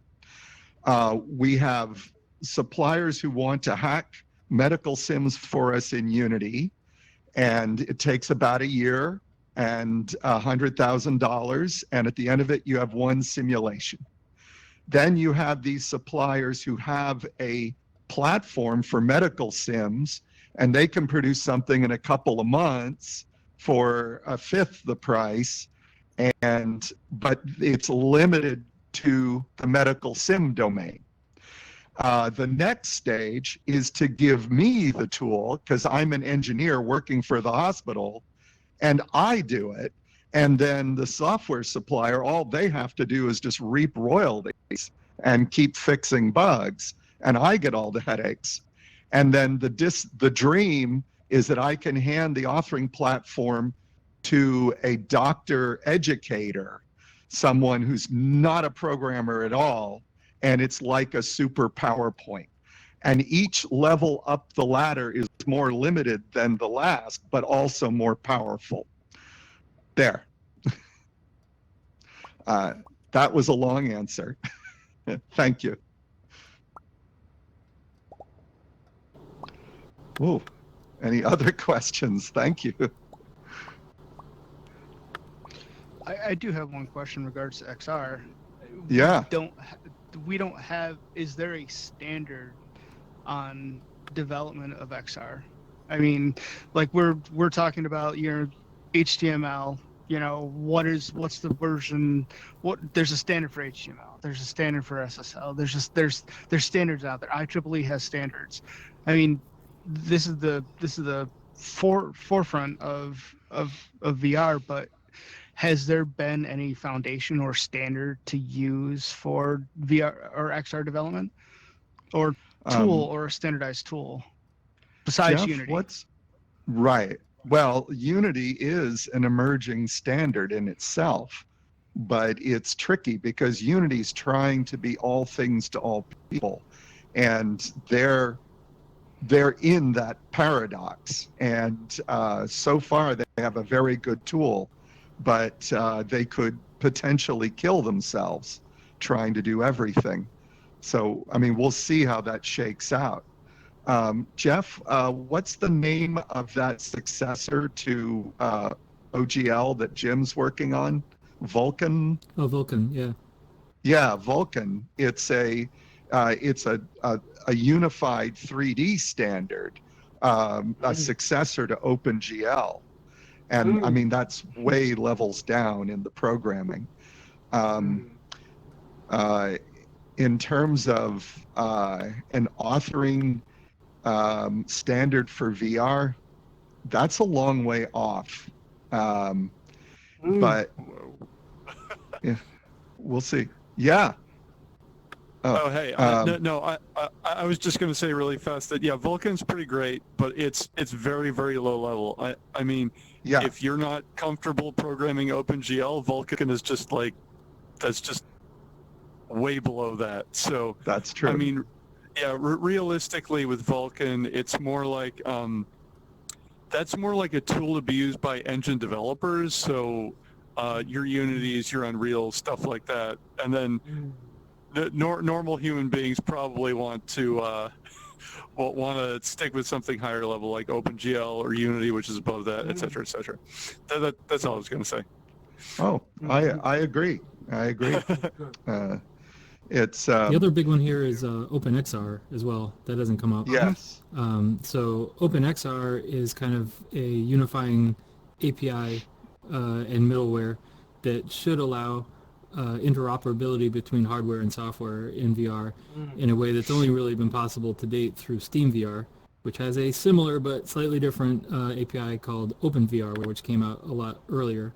OpenXR has been in development as a standard for a long time, but I think it's critical in that it's a true open standard, whereas something like Unity is not. It's a tool that's created by a $6 billion company that is used by a lot of people, but it's not an open standard. And that's really what OpenXR is, and there's starting to be a lot of adoption. Microsoft was doing whole sessions about it during their mixed reality dev days, talking about how the HoloLens 2 is supporting it now. Windows MR has supported it for a long time, and I think all the vendors, NVIDIA, all the big players are all going to come on board behind it. Thank you, Jeff. Thank you, Jeff. That's good.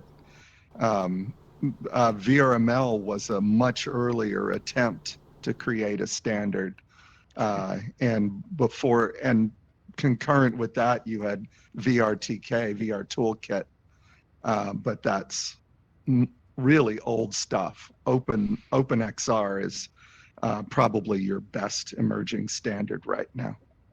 Those are the old Netscape days. I actually have a book on VRML. Yep.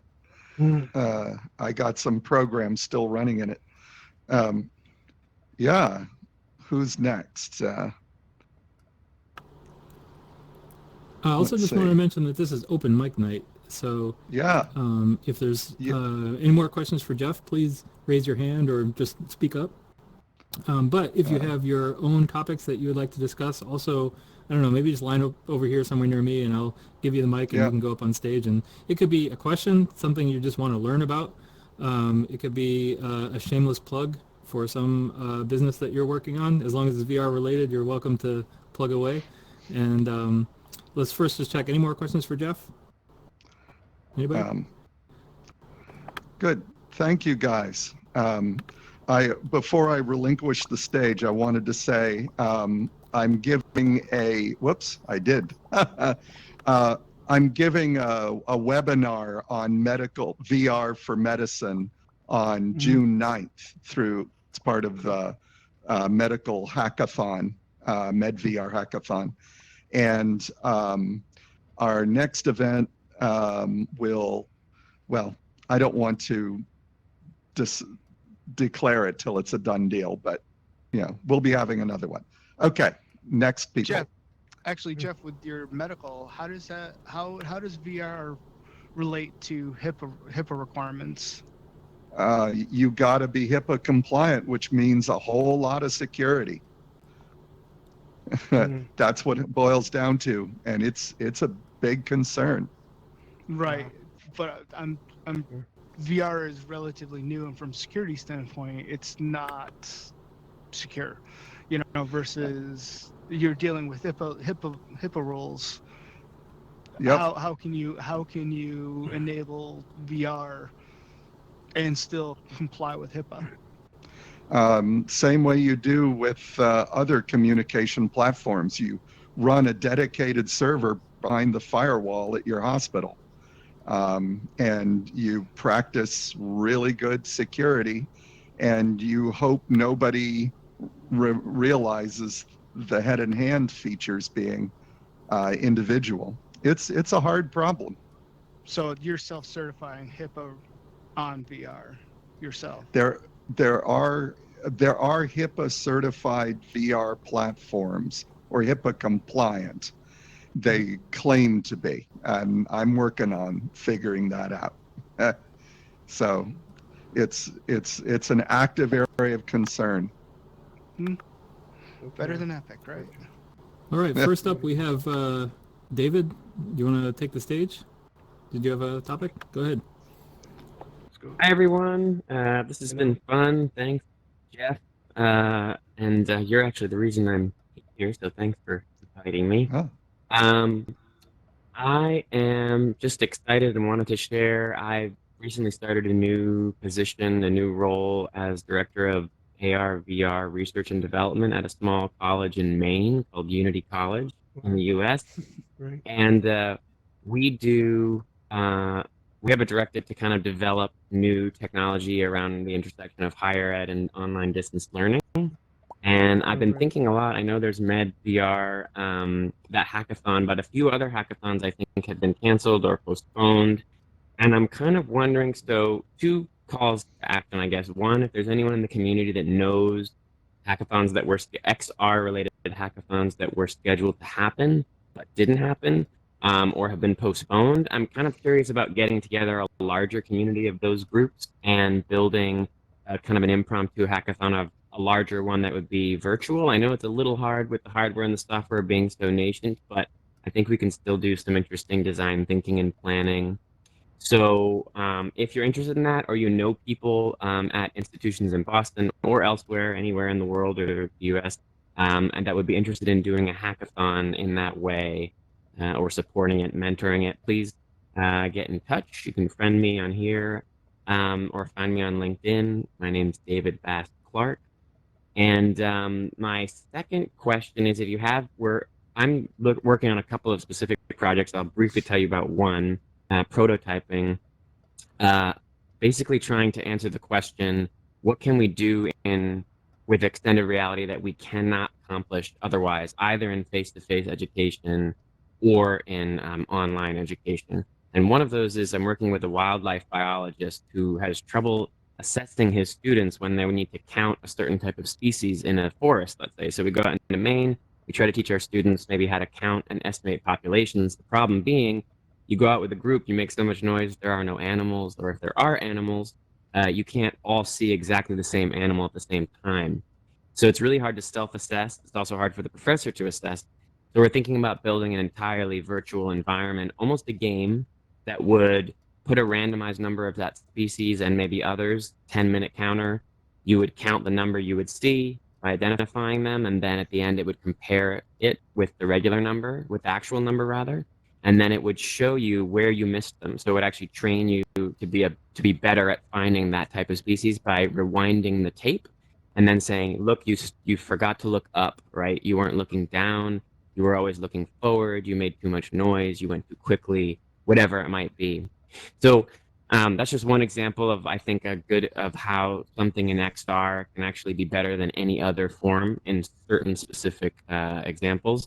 So if you have any ideas like that as they relate to nature sustainability, I'd love to hear them, and do get in touch. But that's all for me. I don't know if anyone has any questions. Mm.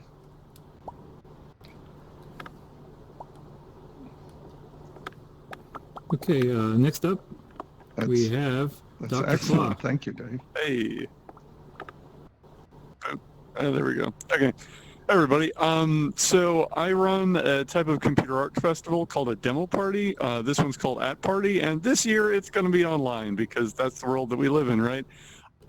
So for anybody that's not familiar with demo parties, or the demo scene as it's known, people make these productions referred to as demos, and a demo is generally an executable program that you run on your computer, and it draws a bunch of cool graphics, plays a bunch of cool music, and there's no reason that you can't make a demo in VR.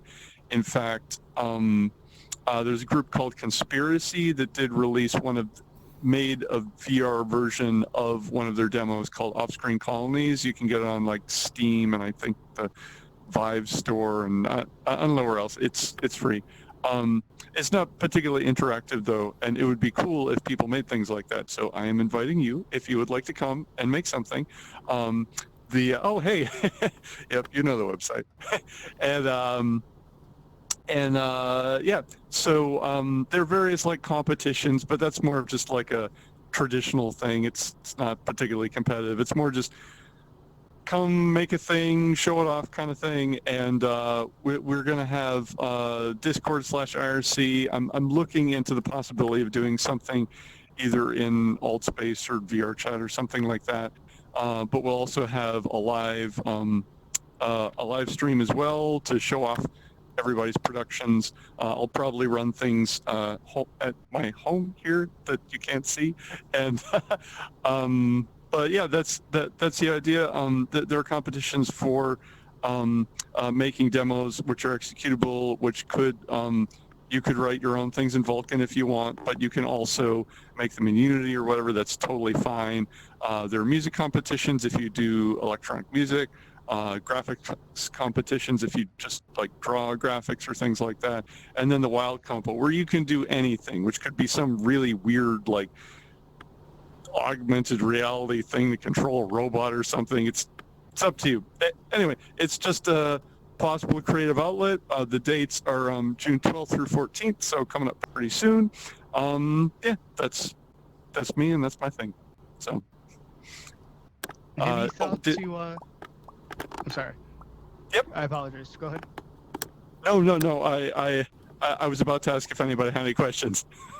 Yeah, I have a question. Have you thought of maybe reaching out to Maker Faire or Makerspace? It would be might be a good synergistic kind of like event, you know. So I don't know if you've heard of the physical At Party generally takes place at Artisan Asylum in Somerville. So we're associated with a makerspace, and we would be doing it there if it wasn't for COVID-19. Okay. The maker, you know, the fact that the Maker Fairs have basically gone away, kind of sucks a bit. So. Oh, okay. I was hearing some things. I mean, there's no reason that people can't do more maker style hardware projects for At Party. In fact, there is this one guy at the asylum that made something with, he made this basically percussive machine with like solenoids and stuff like that a couple of parties ago, controlled by an Arduino. So, I mean, there's no reason people can't do that. It's a little more complicated to do it this year, but generally the idea would be make the thing and then send us a video and we'll play the video and talk about it, and maybe you upload your source code or some design documents or something, and that would be how that works. But yeah, so we're totally open to maker style projects. It's a little less traditional, but I mean, personally, I'd really like it if people did more of that.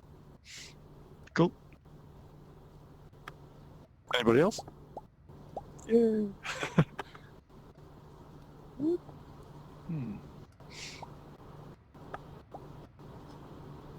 All right. Looks like David already went. Les, did you have a topic?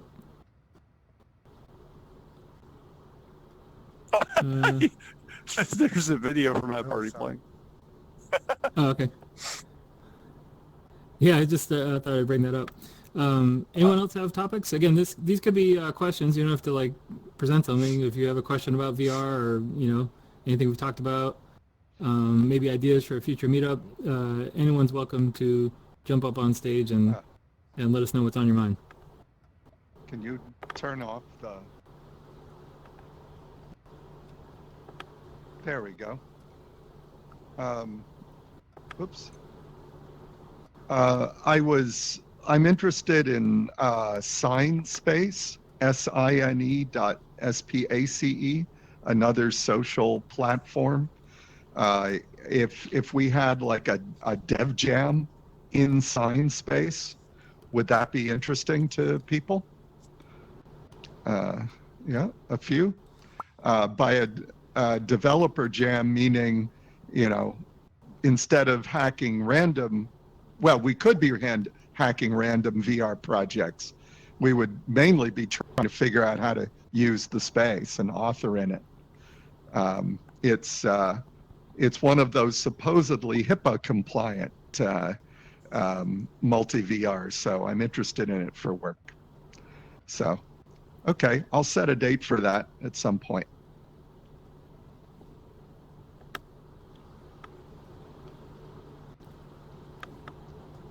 All right. Well, thanks very much, everyone, for coming. Feel free to hang out. I think we'll all stay here for a little bit and just chat. But hope to see you all here again next time. Cheers. Thank you. Thank you. Awesome. Thank you, Jeff. Thanks, Jeff. You got it.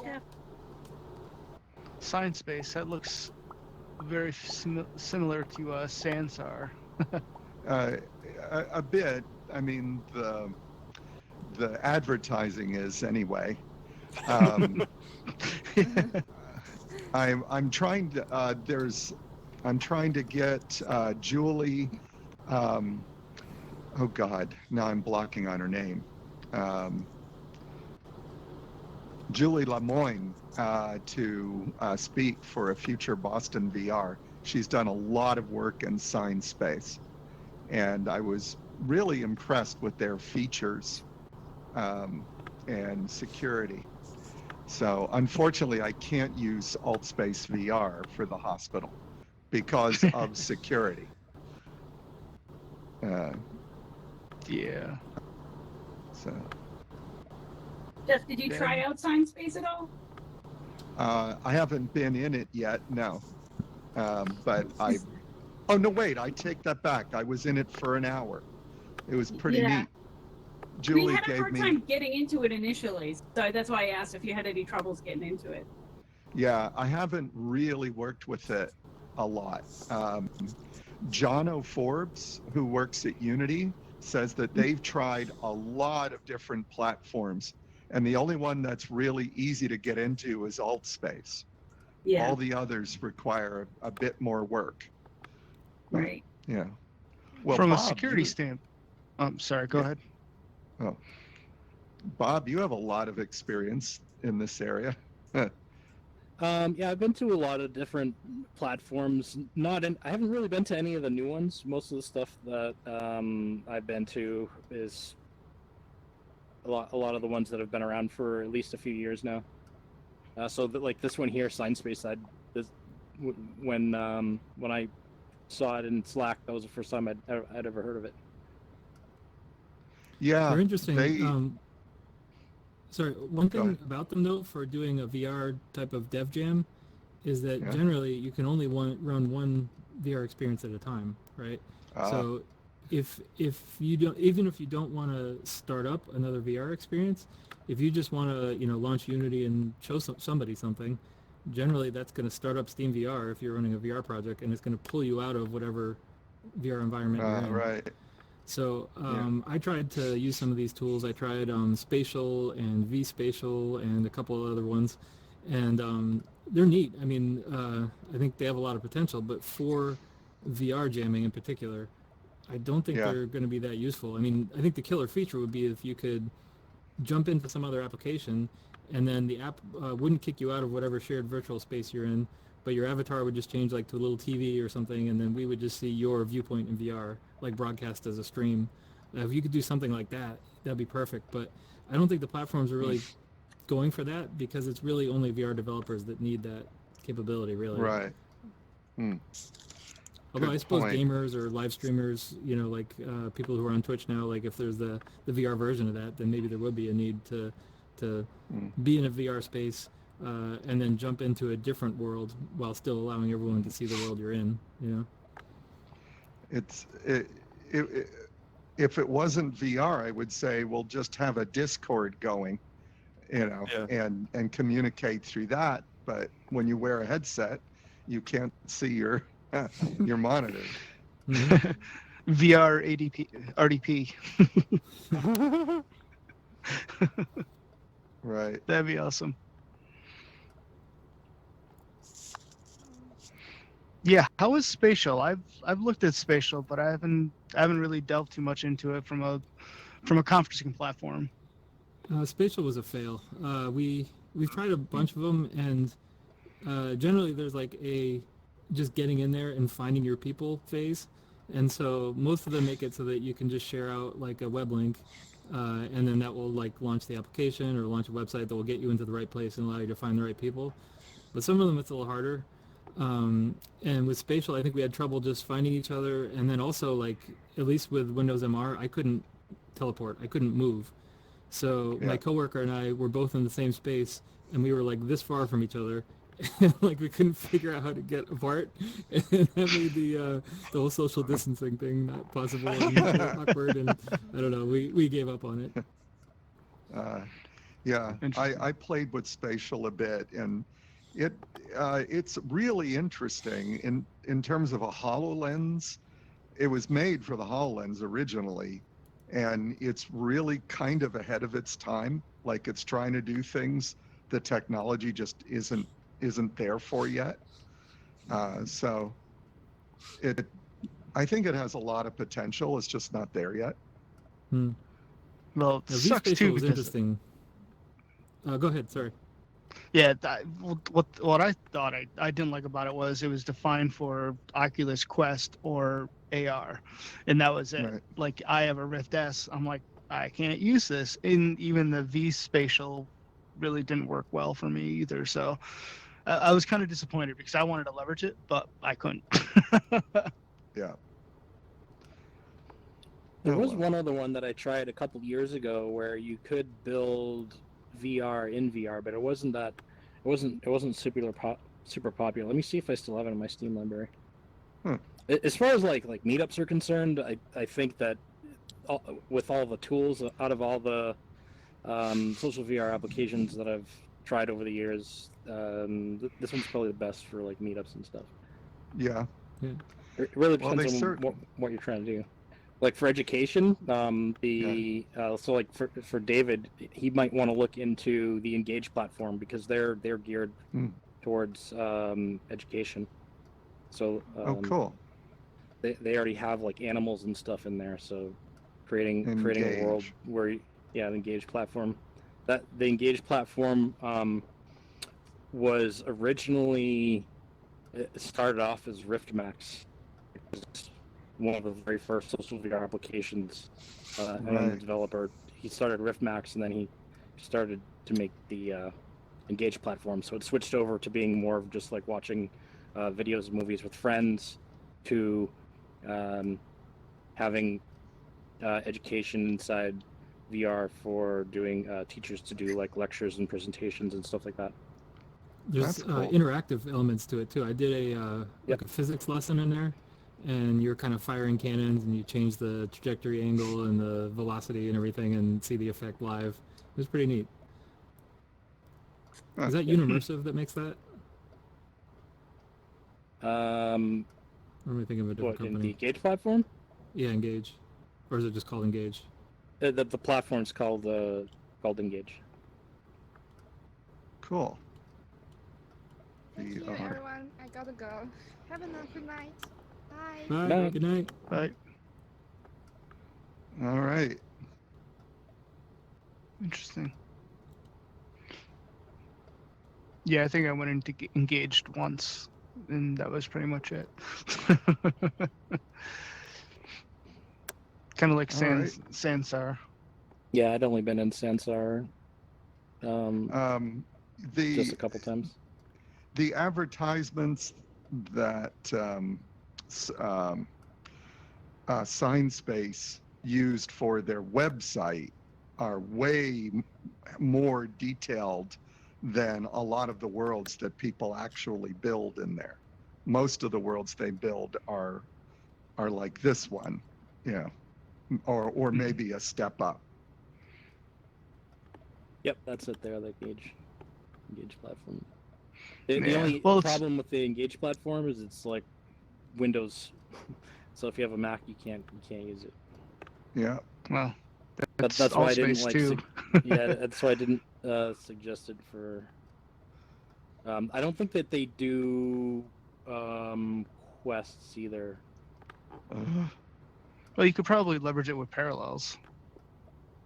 Yeah. There you go. What is this? Engage. I think it's kind of funny that they say they're disrupting education. I don't know if disrupting is a term that teachers like. Well, I'm in New York, and I have Mr. Bill Gates in charge of our education system for this next year. What? Interesting. Yep. Yeah, we'll see what's going to transpire. Everyone's going to get AR goggles. It's a lot of headsets. Cool. Yeah. Well, I'll be honest with you. I would love to try them, but they're just so expensive. Even the HoloLens is what, $3,000 for the developer edition? And I'm like, Yep. I can't see dropping that kind of cash on it. You know. There's a rental program. Is there? Boston VR. You know what? I took back all of the Boston VR hardware from Big because Big is closed. So we have one HoloLens is loaned out, but we have another one. It's the old HoloLens, but you can borrow it if you want to. Honestly, I don't know. I mean, I like the immersiveness of VR, but I also like the idea of AR. I think AR would be, from a realistic level, I think would be leveraged more on real world activities than VR. That's the thing.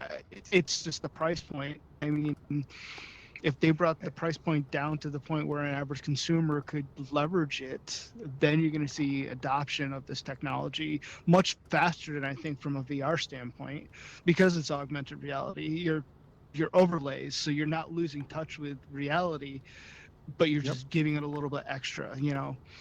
So I think that's a very good way that it could go. You can see two delineations of the technologies, AR being real world application, or VR being your secondary world, your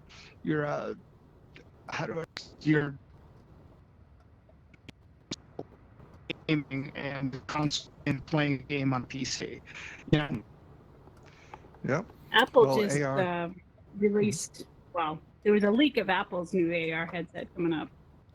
That was $499, and then Nreal has a AR glasses that actually kind of cool. Works with an Android, but they're like in the $499 range. Would you say that's affordable for the normal consumer? I think that's for affordable for the consumer, to try out until the Yeah. actual design of it shrinks. Like any Right, right. technology is, as technology shrinks, it's going to be a little bit easier to apt. Kind of like your cell phone. Right. When you had a backpack, people didn't buy it. When you could fit it in the back of your pocket, it's much more adoptable. Yeah. Wouldn't these And- these and devices coming out at that $499 price point just be more like HUDs than kind of like Google Glass was, where it's not really a whole lot of interaction compared to like full AR headsets like the No. Oh, HoloLens. absolutely. I equate it to somewhat the first edition of the Apple Watch. Like it's going to be Right. connected to your phone, and the phone's really going to be the power behind it. So I think there's huge limitations. But I work with Jeff at Boston Children's. The thought of having AR glasses to quickly find information about a patient instead of stopping at a computer terminal would be very exciting to me, even if it was Yeah. for 4 hours during rounds. Yep. So I see huge potential for this type of thing. Yep. I agree. More so in AR in that application than VR. VR would Exactly. be great for if you're trying to plan out a surgery or trying to plan out a treatment, versus in AR, you could be at home and Right. perform a procedure remotely without losing touch with the patient, or the individual that you're treating. Yeah. There's a range of industries that are using AR on a large scale, but it's tablet and phone primarily, and you have a remote person providing expertise to a person who's on site. And so the person on site looks through the phone at some machine, and the remote person is able to draw in their field of view. And it creates an illusion which is then fixed in three-dimensional space. It's Vuforia Chalk and Scope AR are the two best ones. And we're experimenting with Scope AR at the hospital right now in the engineering group, so we can get the doctors excited about it. I thought it was pretty cool That's at going to be the the, shift. Sorry. Sorry, at the Dev Days for Microsoft, they talked about how they're using HoloLens 2 in the NHS in the UK in hospitals to allow doctors to do telepresence, which is pretty awesome and timely use of the tech. But I gotta get going, guys. I haven't had any dinner yet, so I'm starving. Yeah, Good to see same, everybody. same here. Tell- Actually, I gotta Jeff? go make some food. Jeff, tell me again, who was that This was at in the- London? National Health Service, NHS. National Health, NHS Britain, HoloLens 2. Yeah. Thank you. Microsoft just said they're like partnering with NHS, we'll and they see showed what like a quick clip of it being used in a hospital. That's great. Thanks, Jeff. Cheers, everybody. Bye-bye. Thanks, All right, Jeff. Ciao. Thanks for It's awesome. doing the slides and all that. That's- Thanks. Yeah, it was great. Anyway, I'm gonna make food too. See you later, everybody. Yeah, Have a good one. I need to go to bed. All right. Thank you all for coming. The recording, I'll post it soon in the next day or two, if you want to relive the whole experience. All right. All right, thanks, Jeff. Thanks, Thanks. Jeff. This is awesome. Thanks, Jeff. Take Yeah, care. another awesome one. Yeah, we're kind of awesome, aren't we? That's it. I mean, you guys were the attraction. It was all of us. All right. Take care. Have a good one, Jeff. You guys rock. Thanks, everyone. Yeah. I would like to see what AR goggles are going to do for telemedicine. That would be a huge game changer right there. Huge game changer. I mean, you're looking at, instead of having to go to Boston Medical for a procedure or for just finding out what's wrong with a person, they can leverage technology for it. I mean, I don't know how many times I'm in New York, and I don't know how many times, children's have to go to Boston because they have the best doctors there. Take that out of play, and you just open up the world.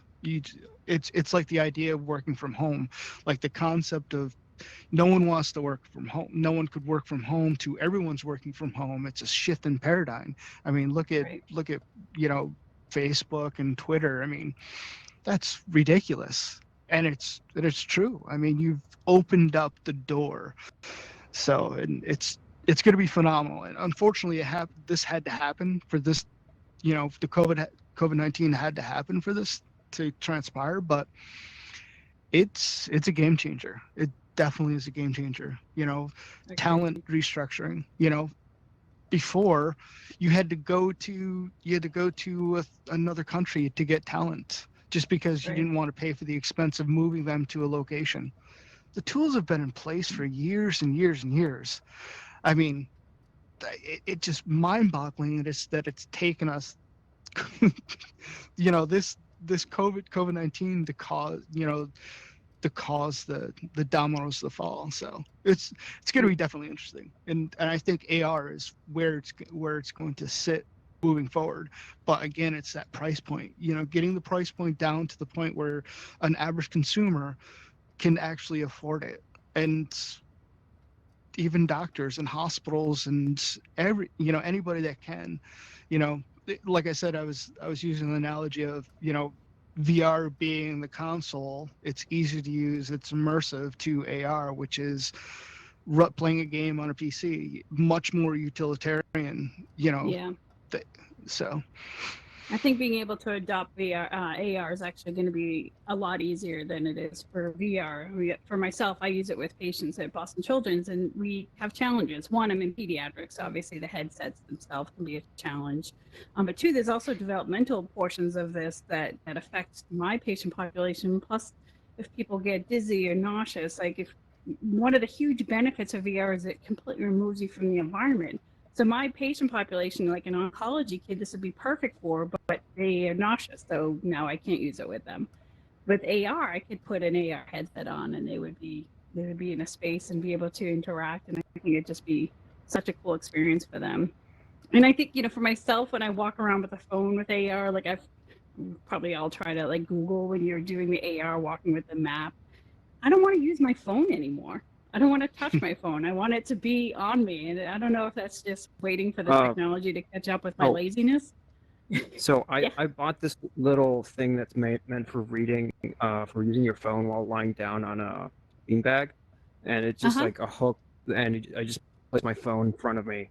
And it just hooks around my neck. I think I should share that. So similar to people who use the harmonica thing, so I don't have to hold on to the harmonica while playing the guitar. Exactly.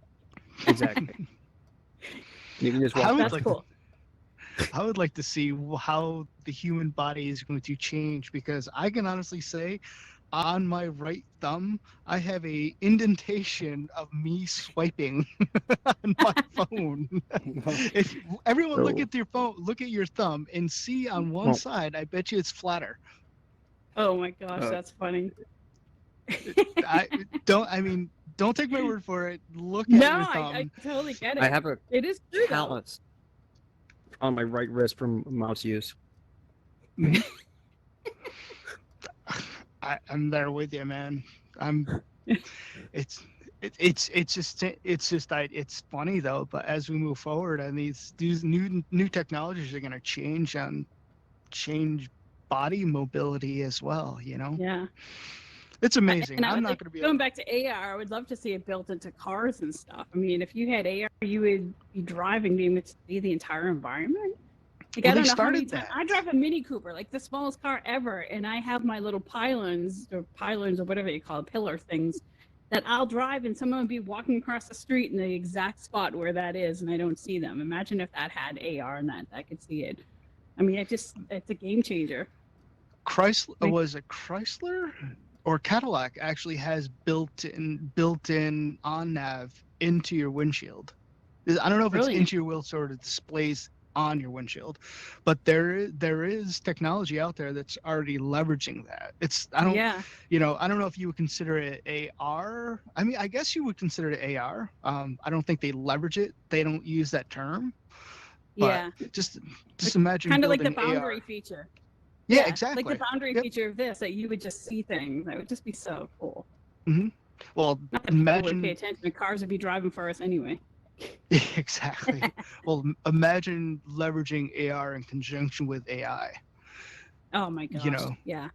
I mean, you see, I work with big data, and I'll tell you one of the biggest, keyword nowadays is AI, machine Right, learning. right. All these kind of these bullet points, and you're just kind of like, Blockchain.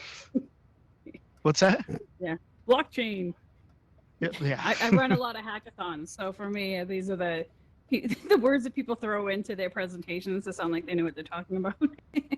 Then you peel it back, and they have no idea. It's kind of funny. Buzzword bingo. Well, yeah. Well, exactly. I always one of the biggest things that you guys know what SSLs are, correct? Yeah. All right. So with SSLs, you always have to find a root certificate, and it's convoluted. It's a very, very archaic way to secure something. But what if you could leverage blockchain for security instead of using roots that anyone can buy a root, but using blockchain instead of root certificates? You know what I mean? Leverage that, and that would be very interesting on how we can make things much more secure. I don't have the intelligence. Has to be a big blockchain. But it would be interesting, though, right? Mm-hmm. It'd be an interesting way to secure something versus your traditional way. I mean, the technology. I want to say, who the hell? There was someone I was talking to about leveraging blockchain for identity theft, on how they can actually leverage blockchain on security from an identity standpoint. And I can't remember what the guy was talking about, and it escapes me. I don't know a lot about blockchain. I'll be honest with you, but yeah, keyword blockchain. Yeah. Well, with blockchains, the bigger they are, the more secure they are, because you can have, if you have a blockchain that's small, if you have some country with a supercomputer, they can attack it with, if they have like more than 51% of work being done, that's a security the security issue. It's a lot stronger than most other types of security, as far as, because you have a whole group of computers around the world putting into it. But it's not 100% secure, but it is very secure. Yeah. Again, it depends on the size of the blockchain. Bigger it is, right, the harder it is to crack. Right. Yeah. All right. Anybody want to talk about anything else? Hot topics. Yeah, I exactly. gotta get going, but it was great chatting with you people, and I'll see you at the next one. All right. Same here. Nice meeting you. Nice meeting you as well. Ciao. Cheers. Bye. Ciao. Take care, guys. Have a good one. Hello. Yeah. I think an exit Alrighty. animation would be cool. What's that? An exit animation, either fizzle out or just explode. Exactly. All right. Well, I think I am going to have another beer. Sounds like the time. I'm probably gonna move to I'm with my girlfriend to move somewhere rural because there's no use being next to a city now. That's true. Getting a job anywhere now is going to be a shift. But shoot, I'm missing a fudge. I'm missing a place. Hey guys, it's nice meeting you. I'm gonna run to Ready Learner 1. You guys should check it out if you haven't before. Hmm. Have a good one. What's Cheers, that? everyone. Is that here or somewhere else? Somewhere else. It's well, no, it's Okay. here in Altspace. It's called Ready Learner 1. I forget what the hell the full term is. Ready Learner 1 Lounge. It's a meetup for learning. Oh, that sounds cool. Well, be seeing y'all. All right, have a good one.